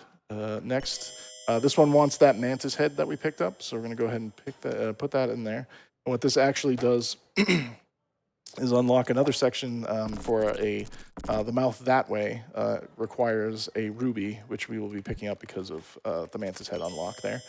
This one wants that cursed blade that we picked up, so we get that out of our inventory finally. That's like a +3 or -3 two-handed sword. It's actually pretty good if it wasn't cursed. We need a potion here, so I think I still have a potion on me. If I don't, there's a place I can pick one up. Yeah, it's okay. We can go pick one up down the end of the hall there, and we need a scroll. So we'll go ahead and put the scroll in here. That piece of paper that we picked up earlier. All right, so this would be a good time, RJ. If you have anything, we're just going to be backtracking and picking up a potion. Sure. I'd like to take a moment to shout out the people involved with our foreign language restreams. Our French restream can be found at twitch.tv/lesfrenchrestream, and our Japanese restream at twitch.tv/Japanese_restream. If those restreams can help you better enjoy the marathon, please go check them out and send them some love. I know we have some new people here with us as we're on the front page right now. So if any of those streams could help you better enjoy RPG Limit Break, please check them out. Or just go check them out because they're pretty cool. All right, so we're going to make up for my minor mistake there of not having a potion on me because I got too excited about throwing stuff away, and I threw away the wrong items. It happens. In here, we actually have plenty of heal poison potions here. So we picked that up. Fixes that problem. We pick up that ruby, like I said, it's another answer to the riddles that we've been dealing with, and we pop in here and grab this food here. This is the rotten food that other mouth wanted. We actually don't open that door till the very end because that actually triggers a spawn of those flying snake monsters. So if I had opened that in the beginning, I'd have to like fight through a whole crowd of them again, and we just don't want to do that. So we'll go in here, we'll drop the rotten food in this mouth here. And then we take our potion that we picked up, and we drop that in the one down the hall. Ooh, we got a little lag there. That was weird. All right. Not that one. Not far enough down. There we go. It's really easy to get lost when you like think you went a direction and don't go that direction. And then we just need to drop the ruby into this mouth here. All right, and then we're going to get to meet the baddie for the first time. We get a nice little cutscene here. All right, so this is Dran.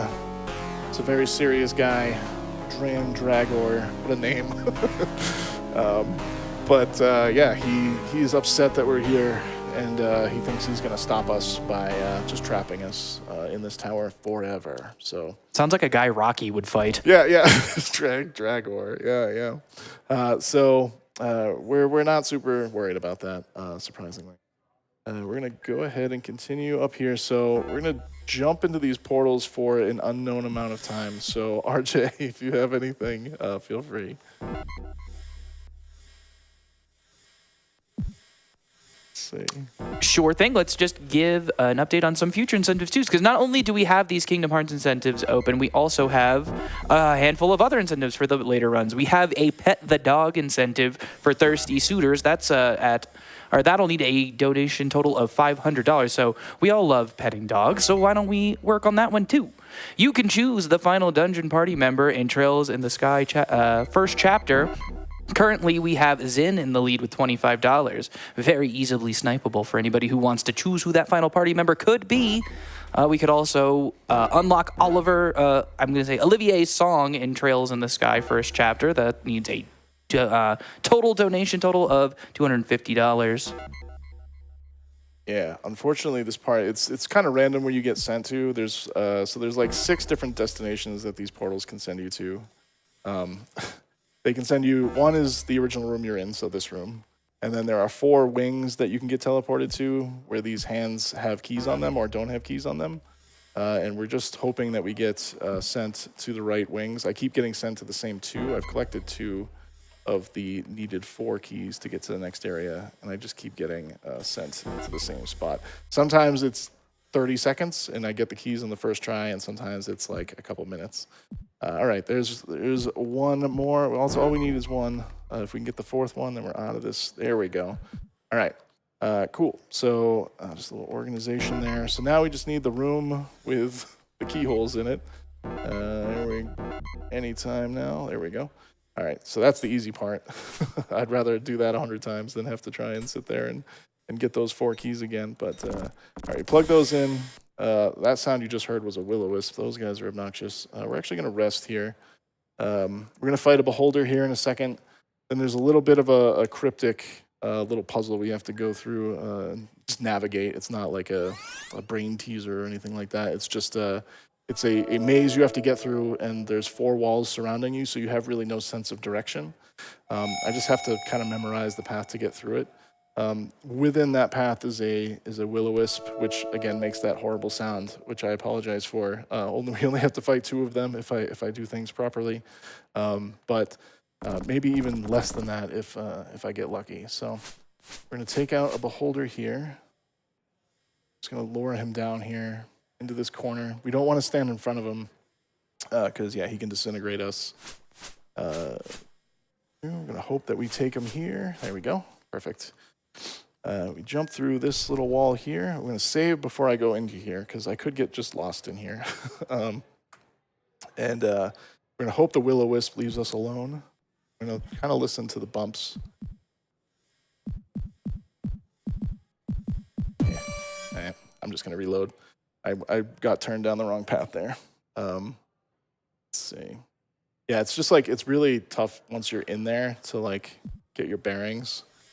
There's a specific like walking pattern. Okay, I found it that I'm looking for. All right, so I actually I'm gonna help this beholder, which moves me up to the floor or pulls him down here to me, and then I do like a little dance with him here to take him out. We hope that will-o-wisp that I hear doesn't come into the room. We click this little tornado icon that sends us upstairs. We fight another beholder. This is like, there are many more beholders on this floor. There's like a whole wing where you just get ambushed by beholders, so no one can say there are no beholders in Eye of the Beholder.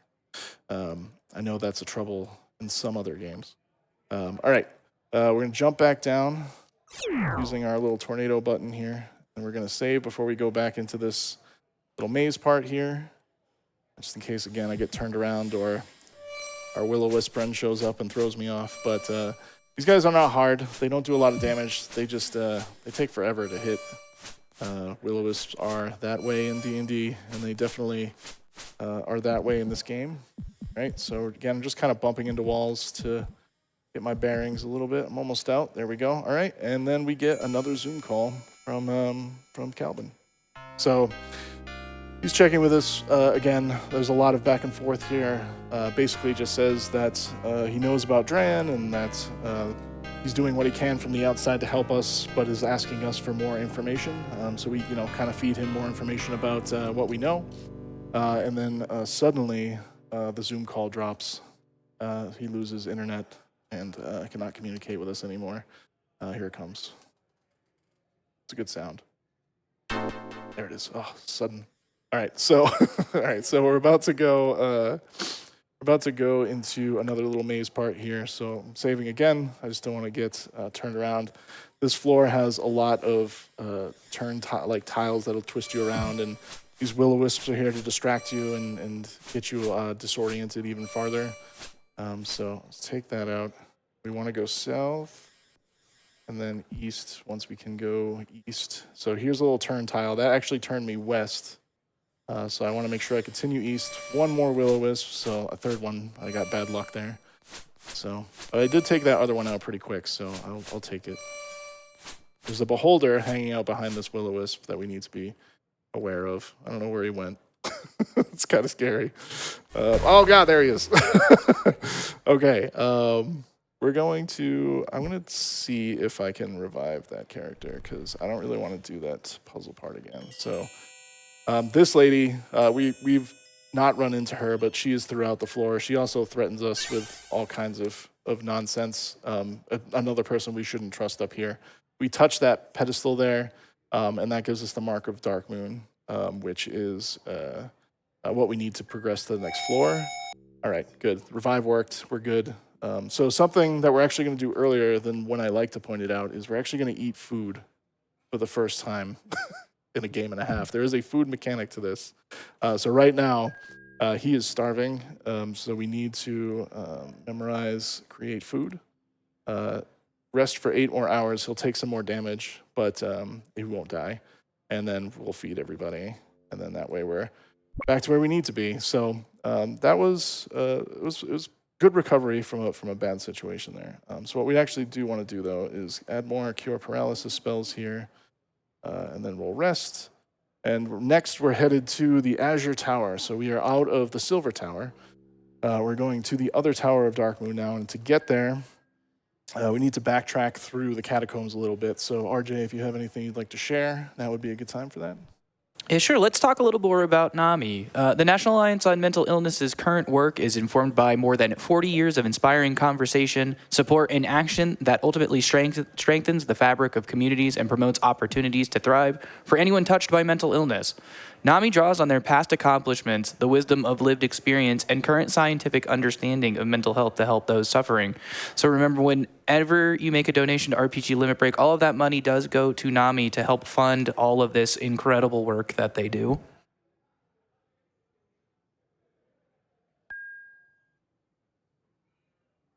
A little more backtracking here. We're almost to where we need to be. So we had to go through the earlier floors of the catacombs. What we're going to use is actually our first, the portal stones from Eye of the Beholder 1. We're actually going to get to use one of them here in a bit. That's okay. A little disoriented there because I bumped into that gelatinous cube. It's gargoyles here. More gargoyles. So down here, there's this little door on the side. We use the spider key that we have left over. Kind of speed things up a little. We plop our portal key in here. So this will send us to the second floor of Dark Moon Temple, which you can't actually access unless you use this portal key. There may be some way with like getting keys from other places, but it's incredibly difficult versus like just coming back here and using this portal key to get to the second floor. You got this guy just hanging out in an empty room by himself like you do. And then we plug that back. We might need to use that later, that portal key. We go down here, a couple more schmoes here, just walking around on this floor. These guys are deceptively difficult later in the game. They don't seem too bad right now, but eventually they somehow get fireballs, so they become much more difficult after this point in the game. So that mouth is basically just saying, like, hey, if you have the Mark of Dark Moon, which we got, I'll let you through. We do, so he lets us through. We need to put some, this is the one time we get to put something on a shelf. So we put that on the shelf. It opens the wall there, and we get attacked. So these are the harder versions of those humans I just fought. So we smack one of them. There's definitely a fireball coming right now. Oh, come on. I'm trying to draw it out. I don't want to step back too far. If I go back any farther, another group will spawn. I also don't want to just take a fireball. So this is probably the last step I can take. All right, good. All right, so that worked out well. So this leads up to the Azure Tower. So our main goal for the Azure Tower is to collect these mirror shields. There's a, it's like a Medusa labyrinth coming up here. And you can actually equip the shields to slightly reduce your chance to be turned to stone. But turns out it's not that significant. We're better off just buffing and not using the shields and still having our two weapons. Actually going to take that just as a backup. This is just a scroll hold monster. We're going to need to hold some Medusas later. Extra spell cast of that could be helpful depending on the situation. All right. So this is also where, again, the floor, the twisting floor tiles that put you in a different direction, weird illusionary walls shifting, like really ramps up. This is a very difficult part of the game going forward. So the first thing we're going to do is we're going to cast Dispel Magic on this face over here, because that's what you do. And I already ate food. This is where I would normally eat food. So we almost made it to this point, but we are full. We don't need to eat ever again. So I'll take the food. yeah. Just need to cast Create Food, and we'll be all set. So we cast Dispel Magic. You can click on this. Actually, when you step into it, some of your characters like say, "There's some weird magic aura around here." So that's how you would actually know that you would want to dispel magic there, which is like a surprisingly good hint given the other like completely ambiguous parts of the game. And then we cast it a third time, which is a secret time, which opens up a pathway to this guy I call Alan.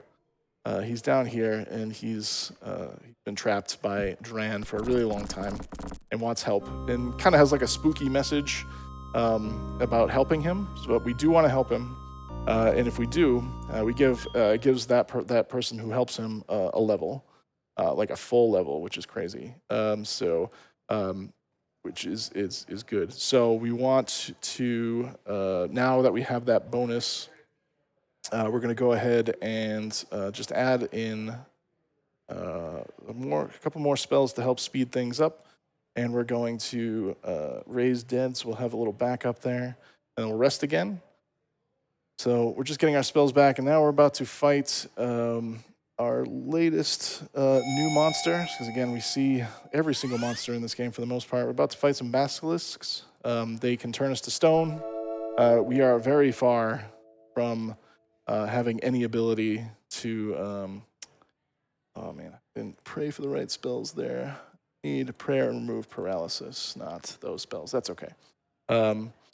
Yeah, so they can turn us to stone. We are very far from being able to reverse that, and we will never, ever be able to reverse that. So if that does happen, we just need to do a quick save and or a quick load from our save file. But the buffs that I put on myself are usually enough to keep us away from that. So, right, we'll save up. There's going to be a lot of these fellas in here. There are many spawn. Let's see. Okay. And they will spawn as soon as I step to the left here. There we go. So we're off. So the quest here is there are 3 red gems that we need to pick up. They're kind of hidden here. So this is gem 1. And then we're going to go north, get through some of these boys. Oh, there we go. These ones are my favorite. Yeah, they're like the worst, like Sprite, but like somehow the best at the same time. Like I don't know, I don't picture a basilisk when I see them, but they're just silly little guys. Yeah, they're just little guys living their best, Azure Tower lives and wandering around with their 6 legs and doing their thing. I think they have 8 legs actually. Yeah, I think that's 8. But anyway, despite the amount of legs, they go down pretty easy, which is nice. We're going to save here this little floor trap area, which I kind of guessed that I was in a different cycle there. It's not a big deal. I can just reload. But that's why I saved before those. It's kind of a guessing game as to where you're at in the cycle. I just tried to rush it. So we got the bad cycle here, so we got to wait for the pits to open, and we'll just follow them here. I was kind of hoping there's like a little holdover area down here that you can kind of hang out while the pits go by you, but I was off the spawn cycle there. So once we get down here, there will be a room of basilisk. Oh man, I just moved too quick there. There'll be another room full of basilisks there. So we'll take them out like we have others. If you have anything to go through, RJ, now would be a good time to. Yeah, sure. We have a donation, $25 donation from Chris J without any comment, but thank you so much. We have a $50 donation from Amazing Larry. Says, EOB is going to be my message. Thank you, Amazing Larry. Amazing G Larry. It's a friend. Cool. All right, so we did make it finally through the breathtaking, hole in the floor trap hallway there. All right. Again, many basilisks. We'll get the red gem here. This will be the final one, and we'll get away from the basilisk for a while, which is good. Because we don't like playing with things that can turn us to stone. I'm going to save again just in case I somehow goof this. I think I'm on a good cycle there. Actually, a really good cycle because that will disappear. We can just move our way back through here. All right. So click this and then plug these red gems in here. Oh, he's coming in to say hi. It is pretty funny when you see him like just kind of standing there in the dark, like Lumen coming at you. They do have a good face on them. All right. Next, we progress a little bit more here. We got to deal with one more basilisk. It's also like really hard to tell probably on stream, but this portion of the game is incredibly laggy. There are so many monsters it's loading and like so many of these like shifting pits and walls and stuff. It's really hard to not like step twice or step too early. Like that's kind of why I fell in that pit, just because it's so laggy. All right, so this is the Fireball Madness Room. It's the official name. We step on these pressure plates and fireballs will shoot out. So that's fine when it's just me. However, there is a room of monsters off to the left, and they're just kind of doing their own thing, wandering around the room, and they can step on any tile that they want, and they will launch fireballs at me. like that fella just did right there. So we want to take him out.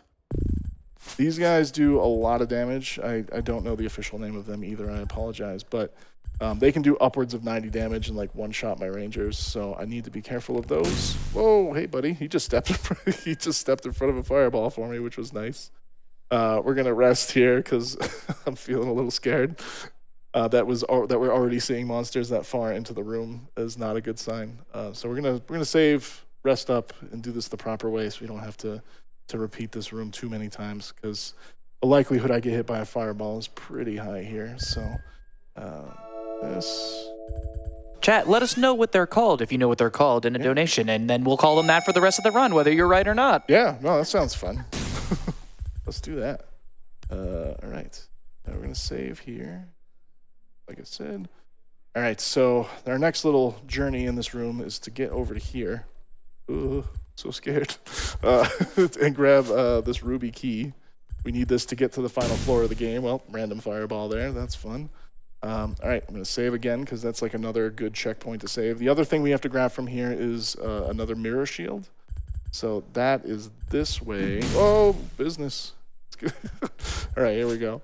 All right, this actually isn't too bad. Whoa, whoa. I'm standing in front of one of the fireball firing things right now. Well, okay. I feel like we made a joke about this while you were practicing about you getting blasted by all of these. Yep. All right. So we got the shield, so we're through the next phase. There's still one more wandering around, but we're almost out of here. We just go down this way. Okay, we made it. That part is very stressful. All right. So this next part is another little trial. So again, we have to rest again, unfortunately. Oh, hey, that's not cool. He just woke me up. So he was the last one that was in the fireball room, apparently. How dare you interrupt our 40-hour nap? Exactly. We need to nap forever here, and we're not going to eat or anything. So just leave us alone. We're all pretty hangry at this point in the run. So, all right. So once we're fully back to full health here, we're going to rebuff as we do, and then we're going to step through this portal, which is like a challenge room where we can't bring any of our spell casting materials other than wands. So why can't I find there it is. Okay. I was looking for the right spell to cast there, and it was not evident to me where it was. So we do our usual allotment of spells. Then we have to drop our holy symbol in our spell book. We can still bring wands into the portal with us, so we're going to do that. I can't leave it in my inventory. I have to drop it on the ground. So again, this is what this game's about, making a mess. Save. We jump in this portal. The first thing we're going to encounter are many of these fellows here, which anyone can name for a donation. And we hope to remove at least 2 of them. If not, we have to do a little bit of fighting. If we take any damage here, it gets a little scary. All right, we made it through. That was good. Because we have to take a ton of damage attacking this wall. It will almost did kill our mage, which we will fix that problem once we get through here. Usually the mage lives, so I think it may have been getting lower HP rolls when they were leveling. It can happen sometimes. It's been a while since I've seen that happen, but this is our first glance at lesser demons. Don't worry, you'll get a ton more of those coming up soon. They are my least favorite monster. That's not true. Not my least favorite monster, but they're up there for most obnoxious. All right, so we're gonna fix. So that was the trial. We're gonna pick up this shield so we don't forget it. So that's a third of 6 that we need. We're gonna give the skeleton their book back, and then we're gonna cast Raise Dead? Question mark. There we go. Sometimes it doesn't work, so it's kind of a crapshoot. But they're back. But guess what we get to do? This is wow. I don't know the last time I had to eat twice in this game. So they are getting treated to a feast this run. So we're gonna do a little more healing. RJ, if you have anything, this would be a good time. Sure. We have $25 from Mecha Link without a comment. Thank you so much. And just remember, if you feel up to it, you can help pick some of the things that'll be going on, some of the extra stuff that will be going on, or you can even donate to name characters or pick certain actions in the stories that they end up doing. So remember when you're making a donation to select an incentive. Yeah, it's always one of my favorite parts about events like this, like being able to influence what happens in a game. Incentives are really, really cool and a neat way to see different parts of the game you might not even have seen before. So it's pretty cool. All right, so we are recovering from our ghost wall incident there. We're rebuffing again, as we do. And then we're going to progress to the next floor of the Azure Tower. So we'll save our game here that we've gone through that little bit of a gauntlet. We have 3 of 6 Medusa shields. And now we're going to get a whole lot of lesser demons coming up here in a little bit. So we go down, not that way. We cross through this way. We'll find another one of our yet-to-be-named monsters. This will be one of the few that we see going forward, but I guess what we do, we throw stuff on the floor here. That moves that wall out of the way so we can sneak by. We plug this eye in, take it back out. We're going to get some more of the yet-to-be-named monsters. We're going to blast them with the Cone of Cold Wand, like we do. I like how you threw those items in Zardaz's text in the bottom. It's like, I hope we don't need those later. Yeah. It's like, yeah, like, you sure you want to throw the food? Like, listen, Zardaz, you ate twice today. That's better than you ever get. He's spoiled today. So, all right.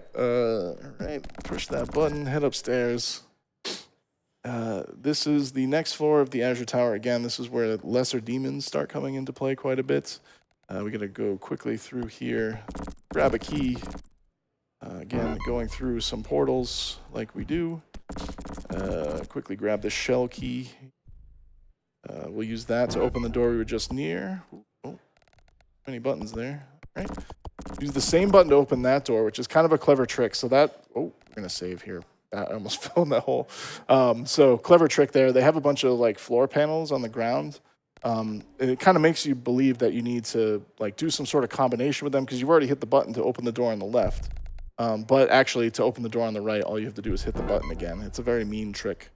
I don't like how much life he has at the moment, so I'm just going to do what I said I don't enjoy doing, but that is like heal outside of resting with the spells we got. I thought you were going to say feeding him again. Oh, no. I don't like feeding them, though, but this is the other thing. All right, now, so we walk up to these lesser demons. They basically tell us to leave. Even if we wanted to, we can't. And they all attack us. So there are many, many in this room. There will be many, many more. But our main quest in this particular area is to pick up the mirror shield, another mirror shield for the Medusa's lair, which we're going to be getting to in a bit. This area is not as bad as the one coming up here in a bit. So that's shield 4.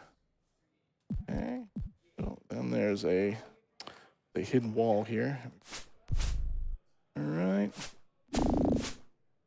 Yeah. Okay, so we do a little dance with the illusionary walls. The enemies won't move through illusionary walls, so we kind of use that to our advantage to dodge stuff. There we go. So, okay, open this door. Now we're heading towards some more forced damage. There's a little tile on the floor we're going to have to step on here. Just going to quickly save. Then we have to move into this next room where there are fireballs kind of crisscross, not really crisscrossing, just kind of running parallel around the room here. So we don't want to step into the center of the room if we can help it. We also can't step back here because we'll step back onto that damage tile. So we're just going to kind of face tank those fellas there. We're going to step off this button, which will open up this door for 3 more lesser demons. We can backpedal here, which is nice, because the fireballs, again, will only be flying in the middle of the room. So we can get through these unscathed, hopefully. If I can actually hit them here. Here we go. All right. Next, we hit the button here. This brings us to yet more lesser demons. So this is going to take a while, so this would be a good time for whatever you may have, RJ. Sure. Well, we got a $15 donation from Fritzkin. And while we're here, let's talk about the prizes again. So you notice me talking about the incentives and prizes throughout this whole thing, whether I've been trying to rapidly read them off, mispronounce all of them, or whatever. But so if you don't trust me about anything I'm saying, you could always go check the link in our bio for the 2026 tracker. But just remember, every donation you make can influence this marathon in some way. You can either win prizes, well, you can either influence the run in some way, and every time you do pick something like that, you have a chance to win prizes. And 100% of all of those donations will go directly to Nami. Yeah, so what we basically got here now is a lesser demon conveyor belt. So there's probably 20 or so lesser demons here. Every time we step on this tile that's right there in front of us, it shoots 2 fireballs from down the hall. So it's just kind of like a bit of a meat grinder here, and we're just trying to get through as many of these lesser demons as we can before we actually go out and have to fight them. It's a pretty big open area, so it's pretty easy for us to get surrounded once we're there. So I want to try and take my time before I get out there. I'm tempted to go now, but I hear them walking around still. There's one. And I have to look this way because if I don't look down the hall, the fireballs don't actually land. So like you can kind of see how the lesser demons are flashing when they're being hit. Like the animation just doesn't even play if I don't look down the hall. All right, so that was a couple more we got there. We'll probably move forward now. I still hear some walking, but hopefully there's enough there we can just handle them. So we're gonna quickly save. Oh, there's another one, right? But right now it's about to go. And what's even funnier is I can step over launch 2. As soon as they step on it, it fires 2 more. So there's like 4 fireballs pending going down this hallway. Like there's some more. It just kind of keeps coming. All right, so we're gonna go now. All right, I saw 2 there. There's 3 in this room. Kind of low on HP, which is unfortunate. We need that shield that's on the floor over there. Again, these monsters don't take damage from any spells, so even if I was to use a wand here, it's not helpful. And we're going to try not to die. We're going to actually rest before we do the rest of this room. All right, so do a little dance here. All right, so this is our 5th shield, which is a good mental. Oh, hey, he's blocking my resting too. It's 2 of them, or is there just 1? It's just 1. All right, try and rest here. Yeah, that's a good ease on my mind. Missing one of those Medusa shields is pretty bad. So I know exactly where the last one is. So I've found all the Medusa shields in the right spot. So that was something I was kind of concerned about, but that's a good relief that we got that one. All right, so we'll rebuff again. We open we pull this lever, opens the door, opens the wall next to it, and there's a bunch of other lesser demons. But in that portion of the dungeon, we're looking to grab.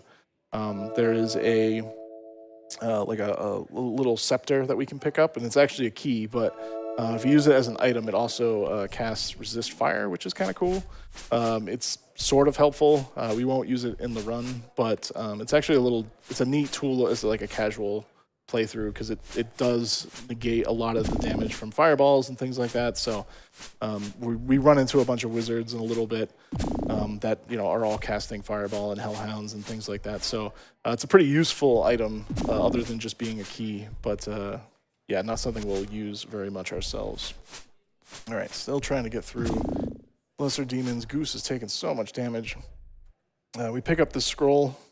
That scroll is a scroll of stone to flesh, so that is the only way. We can't scribe it yet because our mage is not high enough, but it is the one time we can use to get rid of being turned to stone. And we're about to get into the Medusa Labyrinth, which will expose us quite a bit to that kind of stuff. But before that, we get a Zoom call from our friend Calvin. So he tells us something very strange. He says he's going to send us this necklace, this amulet, talisman, what have you, and we should put that on, step into the next room, and die. That seems very bizarre. So we're actually not going to do that. We're going to pick up the 6th shield, and then we're going to step on this button, push this button here, and then a whole bunch of less demons. No, not a whole bunch, just 3 comparatively. It's not a whole bunch anymore. We're going to take these out. Once they are down, one of them will drop a key. We're going to proceed with the rest of the dungeon here. So we go in here, plug this in, and oh noes, not actually Calvin, is Drag. So he was trying to trick us there, and he calls us fools. His attempt was pretty lame, but okay. All right, and now we're going to throw more things. So this is like a weird puzzle. It's kind of hard to explain, but basically, anytime I step on any of these middle panels and then throw an item, it's actually putting these items on these little pressure plates that are on the other side of glass, like on either side of me. So I have to kind of just slowly throw these out. It places everything where it needs to be and then opens this door. All right, so now we go up to what is probably the last like major, at least mazy part of the game. Everything else navigation-wise after this is pretty simple, but it's the Medusa's Labyrinth. So again, a lot of wall shifting. I know you haven't really noticed it watching it, but there are walls changing based on where I'm stepping and things like that. So it's really important that I'm like kind of following the same path through some places. But this floor is especially bad with that.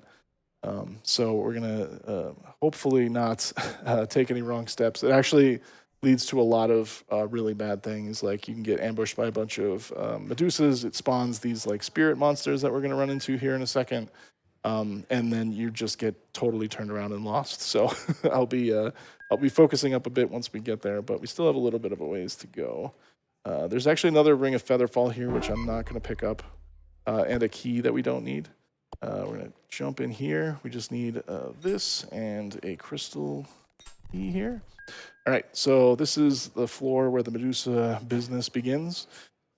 We're going to talk to... Oh, we got to deal with these ghosts first. Sorry, I forgot about the phantoms. So these are the spirits, which you'll actually learn if you're like kind of watching the dialogue at the bottom. Like your party kind of speaks up randomly when you're walking around, which is like kind of a cool feature. It's just really hard to notice when you can only see like 2 lines of text. But they do make a comment here, like it already cut off like most of it, but it kind of explains that these are the spirits of people who have been trapped by Dran. I don't exactly know how they know that, but that's what kind of gets explained there. These guys hit a lot, or hit really hard, and they can stack up as many as 4, like many other monsters. But as long as we step in the right places, they don't spawn that often. So we check in with Wallface here. He lets us know that we're about to go into the Medusa's Labyrinth. We're okay with that. We finally place our shields here. Right. And then once we place the last one, I'm going to save here before we continue into the labyrinth, because this is like where I need to take some pretty precise steps. All right, so I'm gonna go this way. Yeah, so this is the Medusa. There will be many, many more of them. We go west here. All right, so that's the first kind of phase. Again, I made that look pretty easy, but again, taking one wrong step there throws a lot of stuff off. This is the next section. I'm going to save before I go in here. We need to pick up a key before we proceed here, right up here, this little fang. So that's a key to get to the next area. And then we need to take very specific steps here. Side step there, back this way, head south. If we get, so we got the ghost, which is a good sign. That means we're going the right direction. There we go. And then we want to take the west path here. Okay, good. So through the next bad part. This is just a really long hallway with a couple turn tiles and a few teleport tiles that like send you backwards. This is another section we need to just kind of walk through carefully. All right, I'm actually going to switch out frost wands here. All right, so now we're through like the horrible navigation part, and now we're just into Medusa madness. So there's about 10 of them in here. We're going to use the frost wand. Apparently, that one's out of charges, so that's fun. It's all right. We'll replace it with another one. We're getting pretty close to... oh, there's a lot in here. Don't turn me to stone, please. Oh, that one's out of charges, too. So we're down to our last frost wand, but shouldn't matter too much. As long as I can get out of this room. All right, we're good. We got one more frost wand. Plug that in there just in case we need it for the upcoming Medusas. This is another spot where we have to walk in a specific way. But this one's much easier. We just take an extra step here, go back down this hallway, and we're in the right spot. All right, so this is put rehaste here. We're going to cast Hold Person a bunch in here. So the puzzle here is there's four tiles here that we need to get Medusas to step on, and we need to trap them in these little rooms here. So to get them to stay, I need the Hold Person to land. I kind of lure them into these little side rooms, cast Hold Person on them, lock them in. It's like little Medusa prisons here. Close that.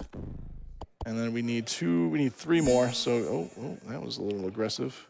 All right, lure a couple here. That. Oh, I think that, I don't know if that missed or not. I felt like the animation didn't land. It's kind of hard to tell. And there's no text, which is annoying. Like, it would be nice if it even just said, like, the Medusa is held. But that doesn't happen. And I need to get through these before she gets unheld. All right, so our last one that we need to close the door on, at least, is the northern one here. So I did see a Medusa here, so that's pretty good. I think I got her too early there. I don't know if she's on that one. Okay, let's go back and we'll check. Okay, and they keep spawning in this room, obviously, because it's it's the puzzle. Yeah, I got her a little too early. That's okay. We got one right here. I saw somewhere. Yeah, come here. Come this way. I know the Medusas are bad, but they're kind of eating that outfit up. Oh, I know, right? Like, they definitely wear it. And they got the little sassy hand and everything. Like, Yeah, man. They're going to turn you to stone, and they're going to work it while they do. Oh, yeah, absolutely. There we go. All right. took that one out, or at least held her. We're going to make our way around to the other side so we can trap her in there. And we are mostly done with this obnoxious puzzle. I'll take this one out. It's not ideal. I think there's one behind me coming still. Yeah, see if we can lure this one down and around. The problem is, like, as you close doors, like, the longer it takes to get them in the right position. And for whatever reason, the Medusas, specifically in this room, and probably just to make the puzzle harder, they will stop following you if you back away too far, so you kind of have to keep them within 2 movement tiles worth of range. So I'm actually not even going to trap her in there. I'm just going to jump into where I need to go here. So that is the Medusa Labyrinth. We're through that part. That is, again, a big relief that we're through this floor. It's a good sign. Next, we have to make sure we pick up this here, which is the hilt for a sword that we're in the process of building, which is another, again, key item that is good to make sure that I pick up on the way through here. We take that fang that we found earlier. This is the last portion of the Medusa's labyrinth. We're going to jump down into the Frost Giant prison next. We'll see our friend Dran here in a second. And he's pretty much absolutely done with us at this point. He just wants us to go away. And again, in classic bad guy style, he just throws us into another prison that we will eventually make our way out of. So, what? Oh, that's not great. These guys never spawn here. Why are there so many of these? Huh. I think Frost actually works on these guys, so... Dram heard what you said about his prison. Yeah, I was mocking him and now paying the price. Yeah, it's not good. It's all right. We don't need the Frost Wands anymore. Like, there's nothing else it'll do damage to, so I'll just use those liberally. We'll have to rest again, but I don't know. That was bizarre. I don't know. That's never happened before. He said the line, chat. There it is. It had to happen. Can't be my first, on-site marathon without saying it. So, all right. But yeah, so we're gonna be jumping down, hanging out with some frost giants who are stuck in a prison. They are incredibly difficult because there's only like a single pathway we can walk down. We can't really dodge them. All we can do is back up and move forward. What we need to do is use lightning liberally. So we're going to put the lightning wand on. And we're also going to just do our best to not get ourselves pinned in a corner. When they attack, they hit everybody in the party, or at least can. So they roll damage on everybody. They may or may not hit, but that is why they're so dangerous. Is they can like one-shot the mage if they so desire. So again, here's Dran. He's just letting you know that, yep, get ready to go into another prison. We will drop into the prison with, again, dramatic music there, which is kind of nice. And then we're going to turn to our left to kind of spy on like what this guy's doing. See, like, he doesn't see us yet, so we're going to take advantage of that. Blast him with lightning. And then back up. How do you even get in here? Yeah, I know, right? Like, I think, like, that's part of the story, too, is, like, they're, like, completely tortured. Like, they can't fit in here. And, like, Dran, like, purposely put them in here so, like, they would just, like, they can't die down here or something. I don't know. There's some lore to it. But, yeah, they're basically just being tortured by the fact that they're so small or so large in such a small place. All right, so, again, these, like, very linear tunnels. We can't really go too far. We can get them on a turn, so we can do more attacks as they're in corners. Like, that's a good example of how much damage they can actually do. I'm trying to save my lightning charges a little bit here because there's a part where I'm going to need to kind of rapid fire the lightning. That being said, we're getting kind of close to our corner here. We don't want to be in. I'll use it now. And hopefully, yeah, okay, that worked out. So we used maybe an extra charge of lightning that we didn't want to use. These guys give a ton of XP too, by the way. It's like some astronomical amount. I think even in real D&D, like the paper and pencil style, they give a lot of XP too, so it makes sense. But just worth noting. I don't think they continuously spawn though, so I don't think it's a place you could ever like sit and grind. But interesting that they give so much XP compared to other things. All right, so a little pit puzzle here. So once again, so this pit in front of me is going to disappear, followed by the next one, and then the one to the left. So this disappears, this one, and then I'm going to stand here.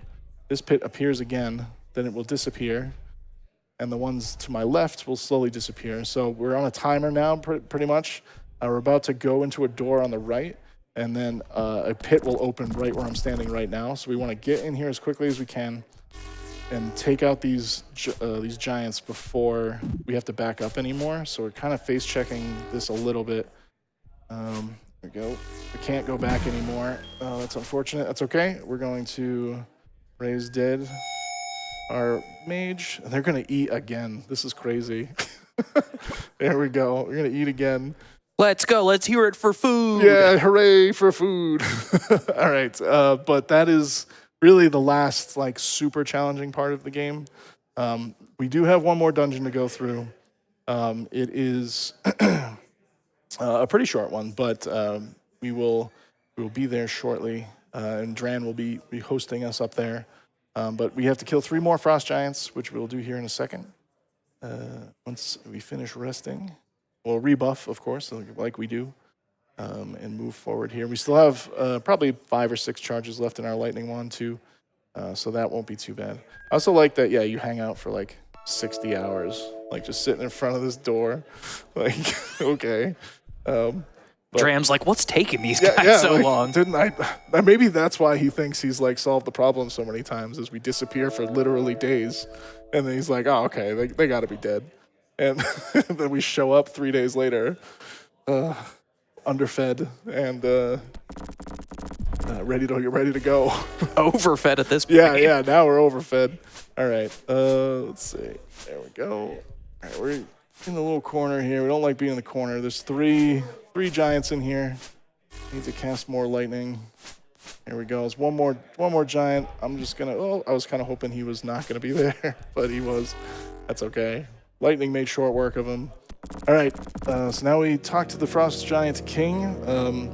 He gives us this little poem, sonnet, limerick, something, but ends up disappearing and gives us the blade of the sword that we're looking for.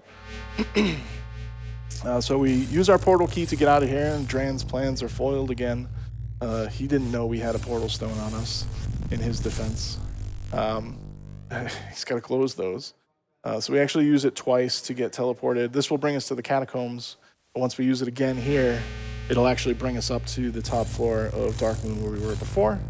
And we'll use the Crimson Key that we picked up earlier in the Fireball Madness area, and we'll build the sword in the wall here. We'll actually be able to pick it up. It's a +5 longsword too. So we'll be pretty well armed going into the last portion. of the game here. Take him out easily enough. Crimson key into here. Then we build the sword. This is like the last like check. Make sure I got everything I needed. Kind of had a little panic attack there. Couldn't see the eye. And we equip the +5 longsword. We're gonna save here. This is like a little tricky. It's like a 3-tile space, but it's very tricky. His fireball comes at us pretty fast. We dodge that. We go to the end of the hall. This is a quick appearing and disappearing floor tile. It's the quickest one in the game. But we go up to the Crimson Tower. This is our last dungeon. We're going to come back down to this floor briefly, but we go this way. A mage spawns behind us. He hits us with a magic missile. That's no big deal. We pick up this ring. We're going to need that to proceed in this dungeon. Before we can leave here, we need to find 2 levers to get this floor is constantly rotating too until you pull these levers, so you can't actually leave. You got to be very careful going down the stairs here. If I had put an extra input in, it would launch me forward and into this pit that's going to appear now. And then we so we don't want that to happen. We sidestep this fireball quickly. We put stuff on the floor, because what a way to get towards the end of the game, doing what we've been doing, putting stuff on the floor. And then we're going to fire a lightning bolt there. Take out a couple of those guys. They have a fireball left. There it is. Their fireball missed. Now we're just going to stand here, take these 2 out, and then we'll be in like the final portion of the Crimson Tower. All right, so we're going to use that ring that I just picked up off that other mage here in a moment. And we can go to the end of this hall, through this portal here, pick up this sticky paper, jump back in the portal. So this is a cursed item. If you actually put it on your person, like you equip it in a hand, they actually can't drop it, and it is just called sticky paper. But what that sticky paper does is hold those items that were on the ground in place. So do that. Grab this coin that gives us a cutscene, which is kind of weird. I don't know why they needed a coin cutscene there, but okay. We go through. I just did an extra button here, so I got a little disoriented. Where are we here? There we go. No. Yeah. There it is. Okay. Sorry, just got turned around there. All right, and then we're going to save. This is very specific moves here to make sure we can get over here. We touch this dwarf that's like slowly turning into a tree. He changes our coin into a better coin. It doesn't have a hole in it anymore, so it's obviously worth more. And then everybody knows that's how coins work. Yep.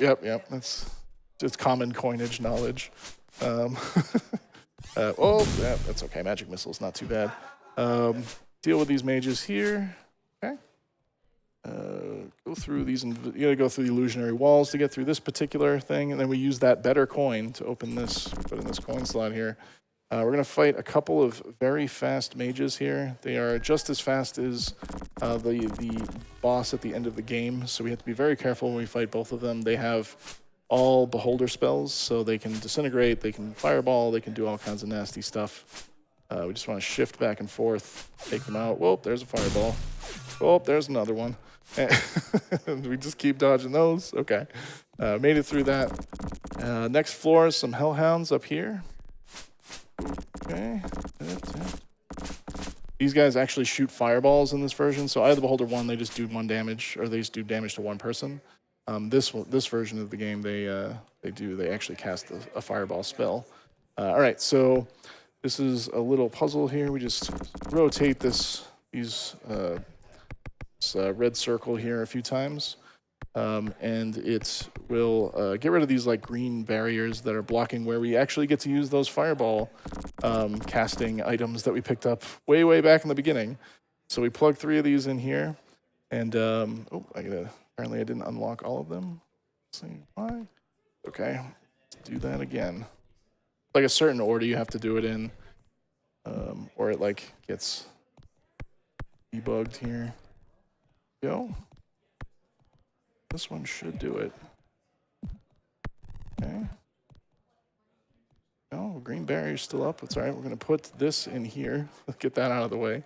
And then, yeah, so this will actually be the last opportunity for anything we want to share here, RJ. So if there's anything you want to go through, now would be a good time.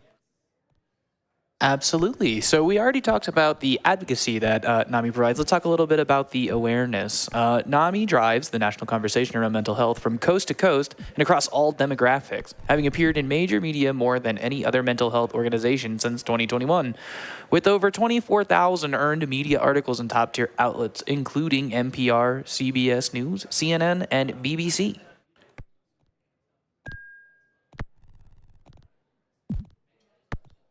Okay. Yeah, this puzzle is not doing what it should be doing here. It's like I'm wondering if it's like locked in some way. But let's see. So it should be just that. And we turn this. Not hearing the wall disappear like I normally would here, so it's like kind of weird. Let's see. There it goes. I just heard it. I thought I just heard it. I did something. All right, that one's back. That's fine. As long as the one that I need to open is open. It's not. Wonderful. If you have anything else to go through, it would be good. Let's see. All right. Let's see. And not sure why this one is not turning here. Sure, we'll just keep talking about NAMI. They also provide lots of education and support.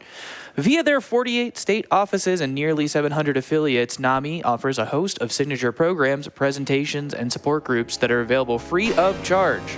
This includes a national helpline that can provide information, resources, and a compassionate, understanding, trained volunteer to support anyone who calls them. Okay, I figured it out. I don't know why it wasn't working those other times. I just did the same things that I was doing before, but we're good now. So we are heading up to the final fight, so the game will be ending soon. I need to memorize a couple different spells. Let's see, clear this out. One there, 2 dispel magics, and rest. Okay. All right, we're gonna pull this box out, and this teleports us up to another floor for reasons. But we turn to the east. We get to fight our last new kind of unique monster, a fire salamander. We make quick short work of him. We're gonna dispel magic here on these 2 little triangles here. And I'm just gonna do kind of my shout outs now. I just want to thank, obviously, RPG Limit Break for having me here, NAMI for being such a great cause, my friends and family who have supported me, just watching me play this game or overhearing my commentary on the game as I practice and talk to myself. I very much appreciate it. Yeah, and I think I'm really excited that I got an opportunity to be here, and looking forward to submitting in the future. So anyway, we are heading into the last room here, and of course, thanks to RJ for hosting. I very much appreciate you, and all the staff here has been very, very helpful for my first time. All right, so we're gonna do the dance of the Dran in here. That's what I like to call it.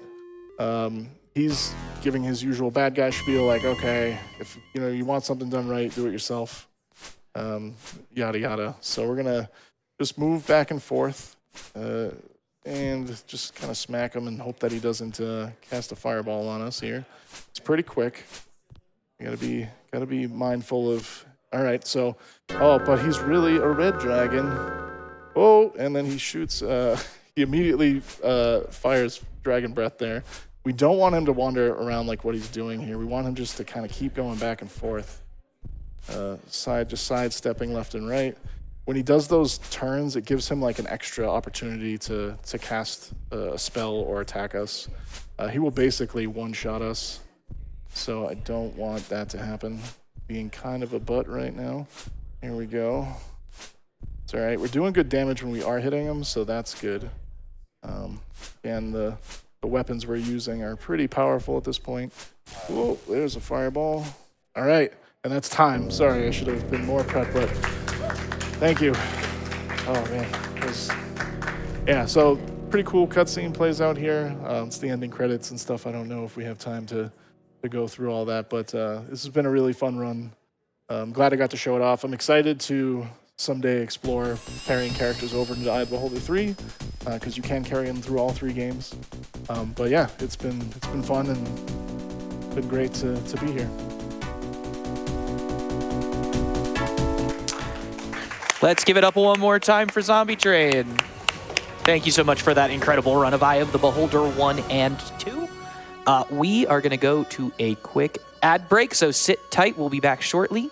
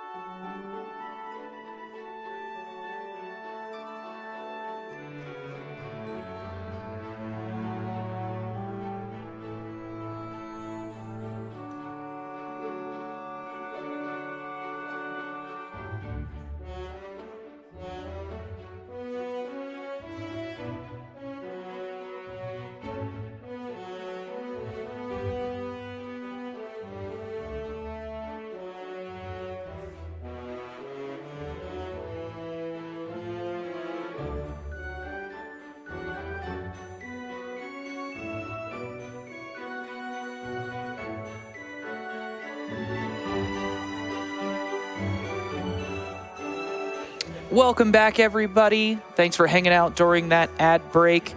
I'm about to throw you over to an interview with Ashen Prime, Ambali, and Mochajones10 Klopfer. But at this time, that's going to do it for my hosting shift. But do not worry, once we come back from the interview, you will be in the capable hands of the wonderful Kanban Meow. So thank you, everybody. Talk to you later. Welcome to RPG Limit Break Game Show that doesn't have a better name than that yet. Tonight's guests are your runner for Thirsty Suitors, any percent, Mocha Jones. Hey. The runner with probably the longest name in the tracker this year, being Trails in the Sky, first chapter, Nightmare any percent, Klopfer. And your friendly neighborhood prize coordinator, Ambali. We are here. We're going to, I have this microphone as a prop, but it does nothing.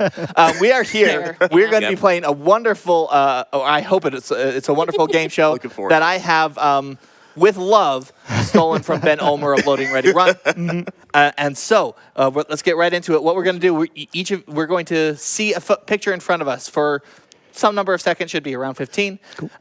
Memorize as much as you can about it, and then I'm going to ask you a question about the picture that you've just seen. Chat, you're welcome to play along at home, although there is no prizes. This is all for fun. All right. There are prizes if you donate to NAMI, though. Yes. There are, and we will talk about that as we continue onward. All right, let's go ahead and get to our first picture, please. That is the logo, not the first picture. Here's our first picture. Okay. Study it. Internalize it. Think about all the things that you see in this picture. This picture was taken, as most of our pictures here were, by the illustrious Ad, who is our social media and brand coordinator. But here's our question. What channel is plugged in? Give our contestants just a moment to write down their answers. What channel is plugged in? Okay, I'm ready. All right. Sure. Are we all ready? Yeah. Okay. We're going to reveal the answers first. So let's start with Amberly. Amberly, what's your answer? What is a CRT? I was not paying that much attention to that. I know it's plugged into a CRT. I'm old enough for that. You did give your answer in the form of a question, so that's good. Unfortunately, it was incorrect. Klopfer. I'm going channel 3, and I hope you meant channel numbers, like 1, 2, 3, 4. Okay. Mochajones? No, the correct channel actually is channel 4, okay? Oh. That's the hard debate. What's it, channel 3 or channel 4? It was Always channel 3 for me growing It's up. always channel 4. Oh, okay. Let's go back and let's look at that image and see what channel is plugged in. It is the left channel. And the yellow channel. So the white one. Yeah. Yeah, sure. That's what we all were. Yes. That's what our Yeah, second guess certainly was yeah, left. that- I was really close to writing that. I was thinking that, but I was just like, no, it couldn't be that. It can't obvious. possibly be that. Flew in an amazing way. That was fantastic. That was okay. Let's go ahead. Is this our prize? Let's go ahead and look at picture number 2, please. Picture number 2, study it, internalize it. This is taken in our social room. People are doing some amazing crafts around the table here. I don't know why I'm writing my answers before you ask the question. I'm just guessing. Well, sometimes you know me well enough that you can just guess what the question will be. But who is pinned to the hat? It's back up. Oh, yeah, Oh. the picture's back up for us. The picture's back up, so I mean, we You get to can avert your see gaze. the answer there, yeah. Avert your gaze. Okay.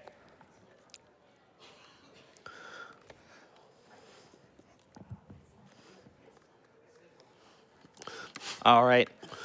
Mochajones, we're going to start with you this time. What's your I was answer? going to say, I know it's a hat. It's a Mario hat, and it had a pin. The Mario hat with a pin? Yes. Okay. Klopfer, what do you say? I definitely didn't notice, so I'm guessing a second hat pinned to the first hat. And Emily.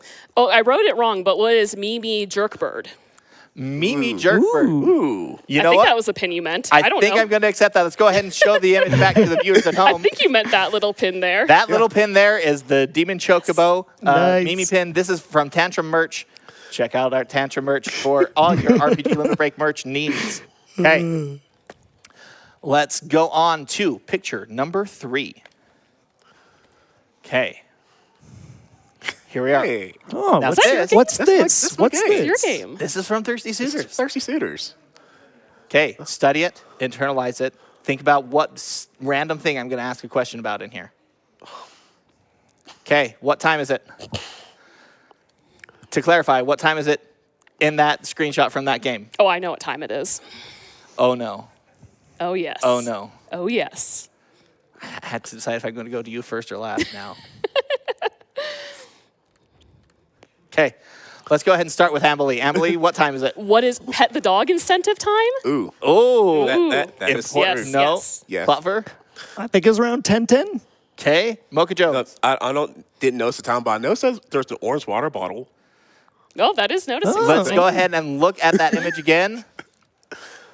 There was an orange water bottle. The time is 10:10. I said 10:15, but I think 10:10 is actually more correct than what I said. Now that I I'm think looking pet at the it dog again. incentive. Because you Yes. want to pet the dog in that game. I mean, Yes. yes. I like that let's go more. back. Let's talk about it. Thirsty Suitors, Mochajones. Yes. Tell us about this game. So here's a pitch for it. Uh-huh. Of course, it's an RPG. It's also Tony Hawk Pro Skater. Ooh, yeah, we like that. It's also Cooking Mama. Ooh, yeah, yeah. And it's also a breakup simulator. And in this game, there's a dog on a skateboard, and you can dap up this dog. So I want to see, I want to show this off to everyone. Let's dap up this dog and like during my run. Yeah. So if you are donating, make sure you assign it to that incentive so we can see this dog get dapped. Dapped, yes. Okay, yeah, I'm not cool enough for that. Anyway, Yeah, that's always important, chat. Remember, public service announcement from RPG Game Show here. When you are donating, scroll to the bottom of the page and look at all the incentives. Make sure you're putting your donation towards one of the incentives that piques your fancy. Ideally, right now, we're dapping up the dog. Dapping up the dog. Let's dap do the it. dog, Let's do it. yeah. Let's see it happen. All right. Let's go on now to picture number 3. Nope, picture number 4. Oh, I okay. can count. This is from Trails in the Sky, first chapter. Take a look. Internalize it. Understand what the image is of. Why the image is here.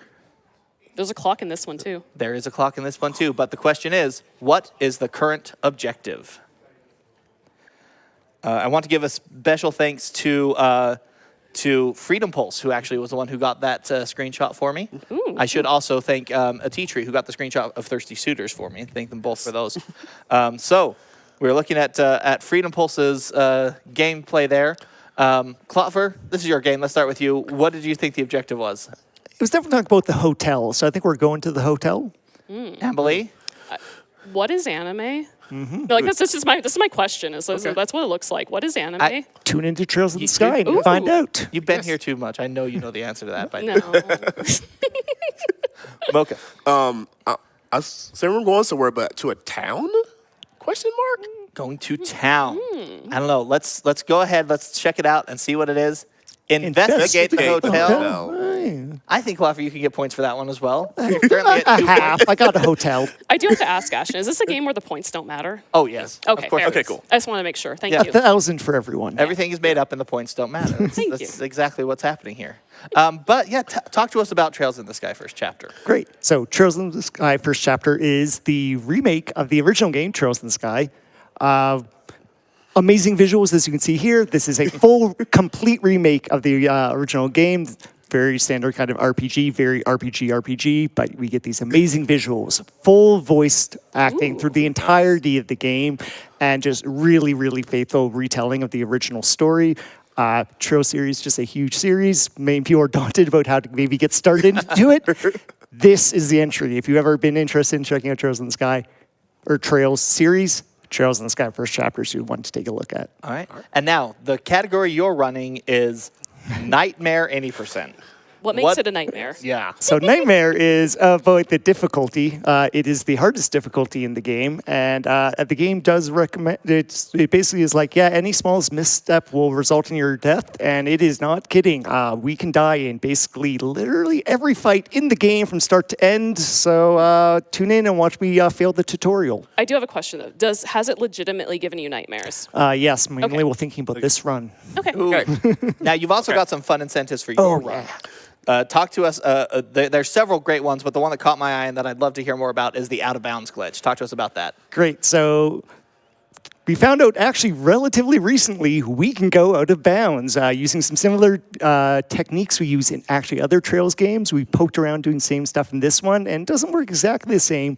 But first we found ways to teleport really short distances, and then digging into it, we can go teleport kind of anywhere. And once we figured that out, we started going out of bounds and just poking at the game.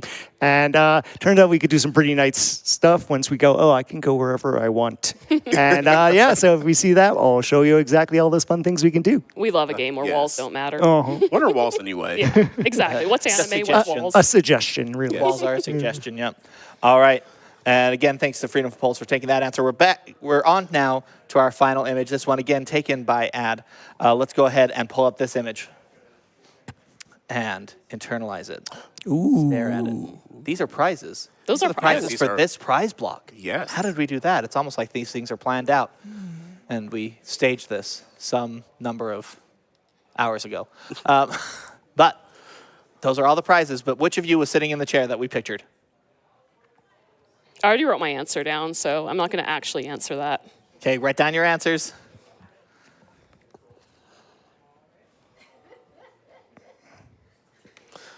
Was it Mochajones? Was it Klopfer? Or was it Amberly? Which of you is sitting in the chair? Mochajones, what's your answer? It's over there somewhere. Over there. Yes. Yeah. Okay. I'm Klopfer, also dancing the Amberly. It was me, but I like prizes. Okay. Let's go ahead and look at that image again to double check. The answer is yes. It was the yeah. one at the end of the end of the row with the table next to it. That is the chair that Amberly is currently sitting I in. feel like that one's cheating. I helped you take that picture. some It was a inside little knowledge. bit, but also you were throwing the game, so it worked out well. Fair. Yes. But let's talk about these prizes. We've got some great prize incentives. As we've talked about the donation incentives that we want you to help make these games more fun by dapping the dog or getting the out of bounds glitch or any other number of things in trails there.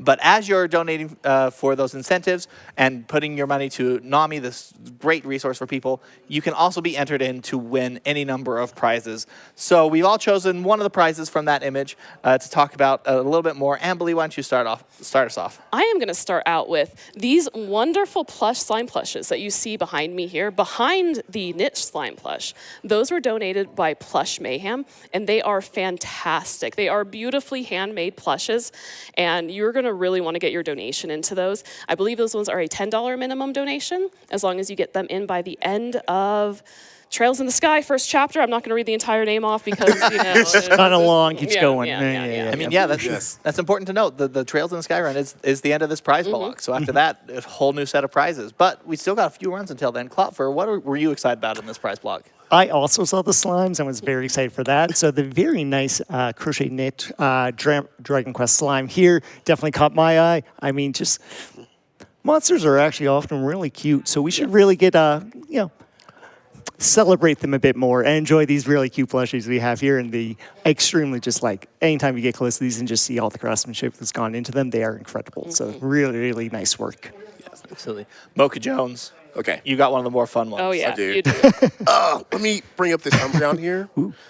This Umbreon is a $125 cumulative donation.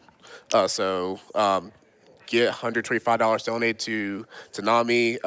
Again, this prize is through the end of Trials of the Sky, first of its name. It's provided by Hero Experience Gamer, so we very much appreciate it.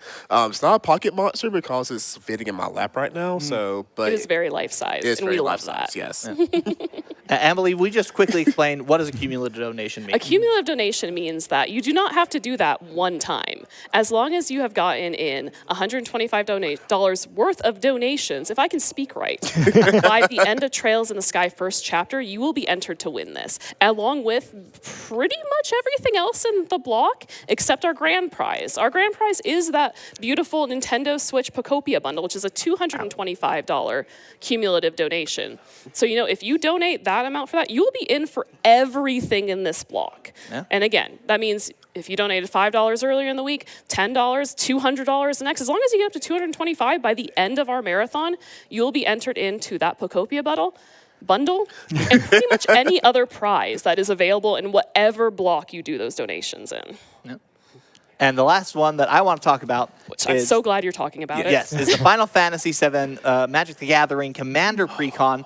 This one I really appreciate because it's the Limit Break Commander Precon. So Yes. if you want to play Final Fantasy VII, that's the starter kit on screen right now. Also a really cool prize. But the Commander Precons, this one put together by Wizards of the Coast to be competitive with the other Commander Precons, specifically, again, the Final Fantasy VII themed one for a minimum donation of $10, and that one was provided by a community member. So A community member named Ashton Prime, I who was gonna tortured skip over me that. It's by fine. donating so many Magic the Gathering things. And again, if you were watching us early in the week, I've never played Magic. If you want to donate for somebody to teach me to play Magic, maybe we can do that. Get some money to NAMI, torture me, teach me how to play Magic. Teach me how to talk about the Magic cards.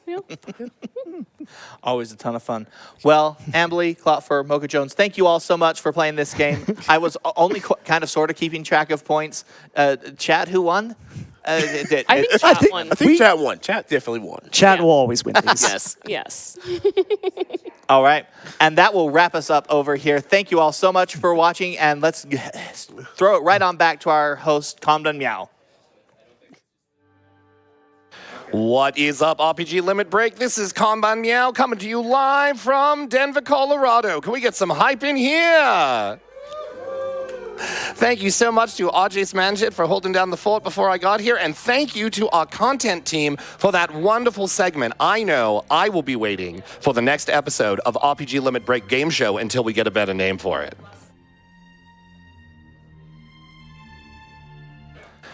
We are still getting set up for this Birth by Sleep final mix run that's going to be happening momentarily. I did just want to go ahead and take a moment to highlight these upcoming incentives for these runs. All of these will be open until the end of the run, and they are to fight some extra bosses here.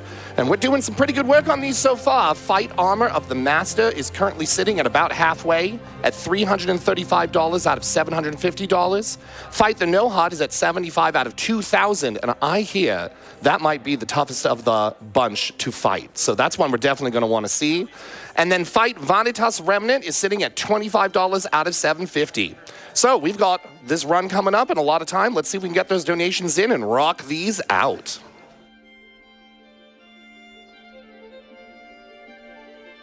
Speaking of donations, we've got a couple that are coming in right now. We've got a $125 donation from an anonymous benefactor.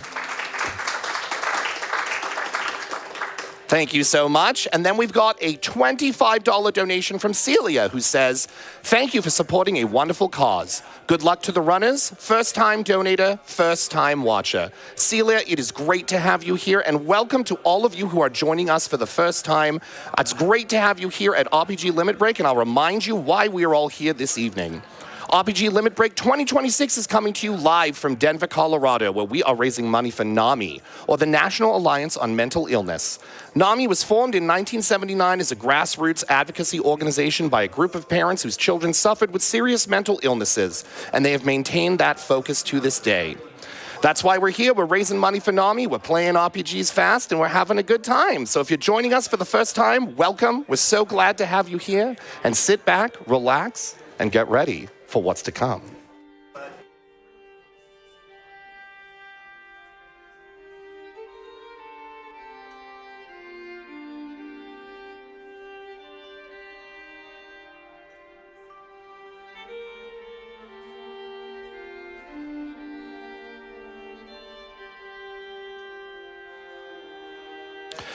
While we're talking about folks joining us for the first time, I also want to make sure that we send some shout-outs out to the people involved with our foreign language restreams. Our French restream can be found at twitch.tv/LeFrenchRestream, and our Japanese restream at twitch.tv/Japanese_restream. If those restreams can help you better enjoy the marathon, please go check them out and send them some love.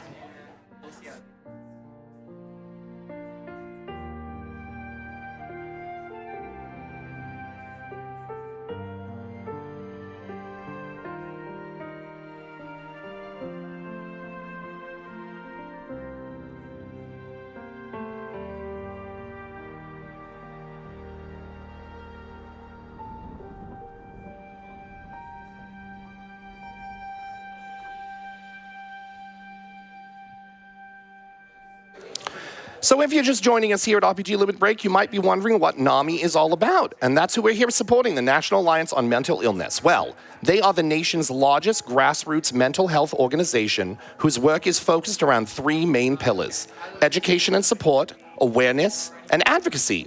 Now, you might be asking, what does that mean? Well, in terms of awareness, NAMI drives the national conversation around mental health from coast to coast and across all demographics, having appeared in major media more than any other mental health organization since 2021, with over 24,000 earned media articles in top-tier outlets, including NPR, CBS News, CNN, and the BBC. We here at RPG Limit Break are so excited to be partnering with NAMI once more, and are so glad to be here supporting them once again.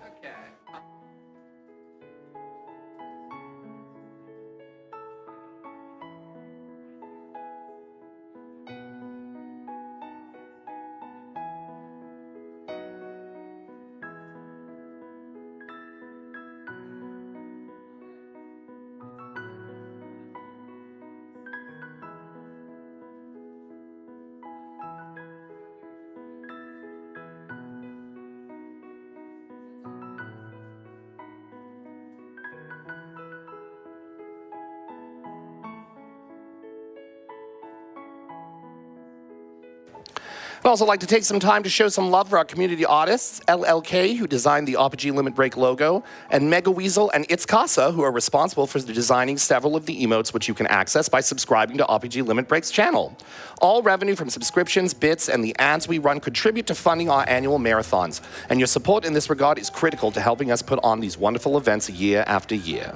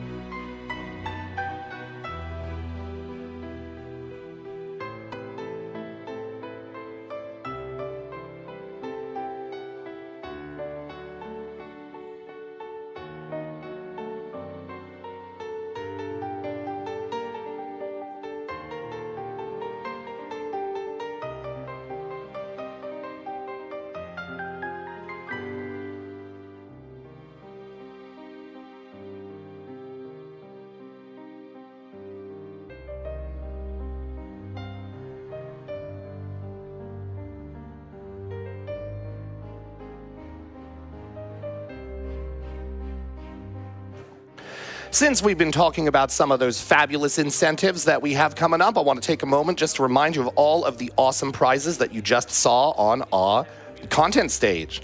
All of these will be open until the end of the Trails in the Sky first chapter, the first chapter run that'll be happening early in the morning coming up. We've got the Dragon Quest Slime Amigurumi, the Dragon Quest Slime 3 plushies. Both of those are a $10 minimum donation.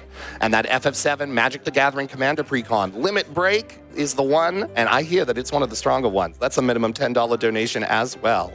We've also got those Final Fantasy and Kingdom Hearts 3D printed keychains and print for a minimum $15 donation. And the Final Fantasy VII Remake Intergrade copy at $10 as well. The Sorcerer Mickey plush, a minimum $5 donation, and that copy of Trails in the Sky first chapter on PS5, which is a minimum $10 donation as well. So if you're thinking about getting in and making sure that we meet those incentives to fight those extra bosses, make sure that as you do so, you scroll down to the bottom after your comment, hit Add Incentive, and click on the one you'd like it to apply to.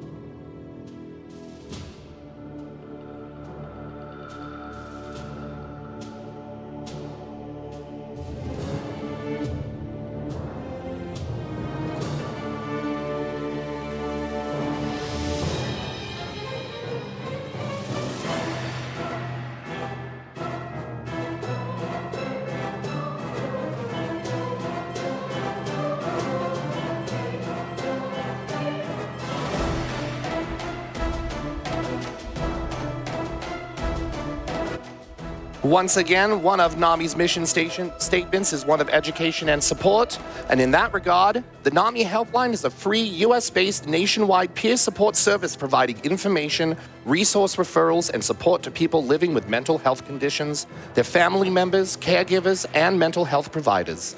The NAMI Helpline is available Monday through Friday from 10 a.m. to 10 p.m. Eastern Time via phone call, text, and live web chat.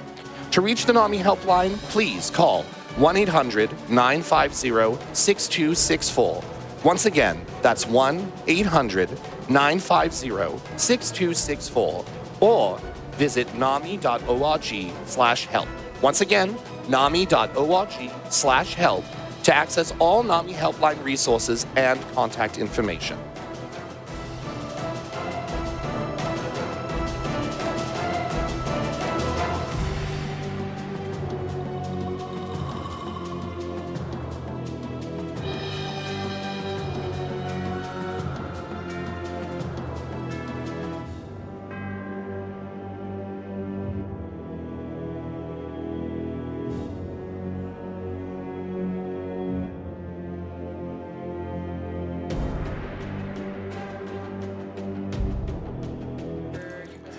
We've got a $10 donation coming in from Cassasaur, who says, shout out to Mocha for representing Black in a Flash so well on the RPG Limit Break stage. We are here and we contain multitudes. Black joy, heck yeah.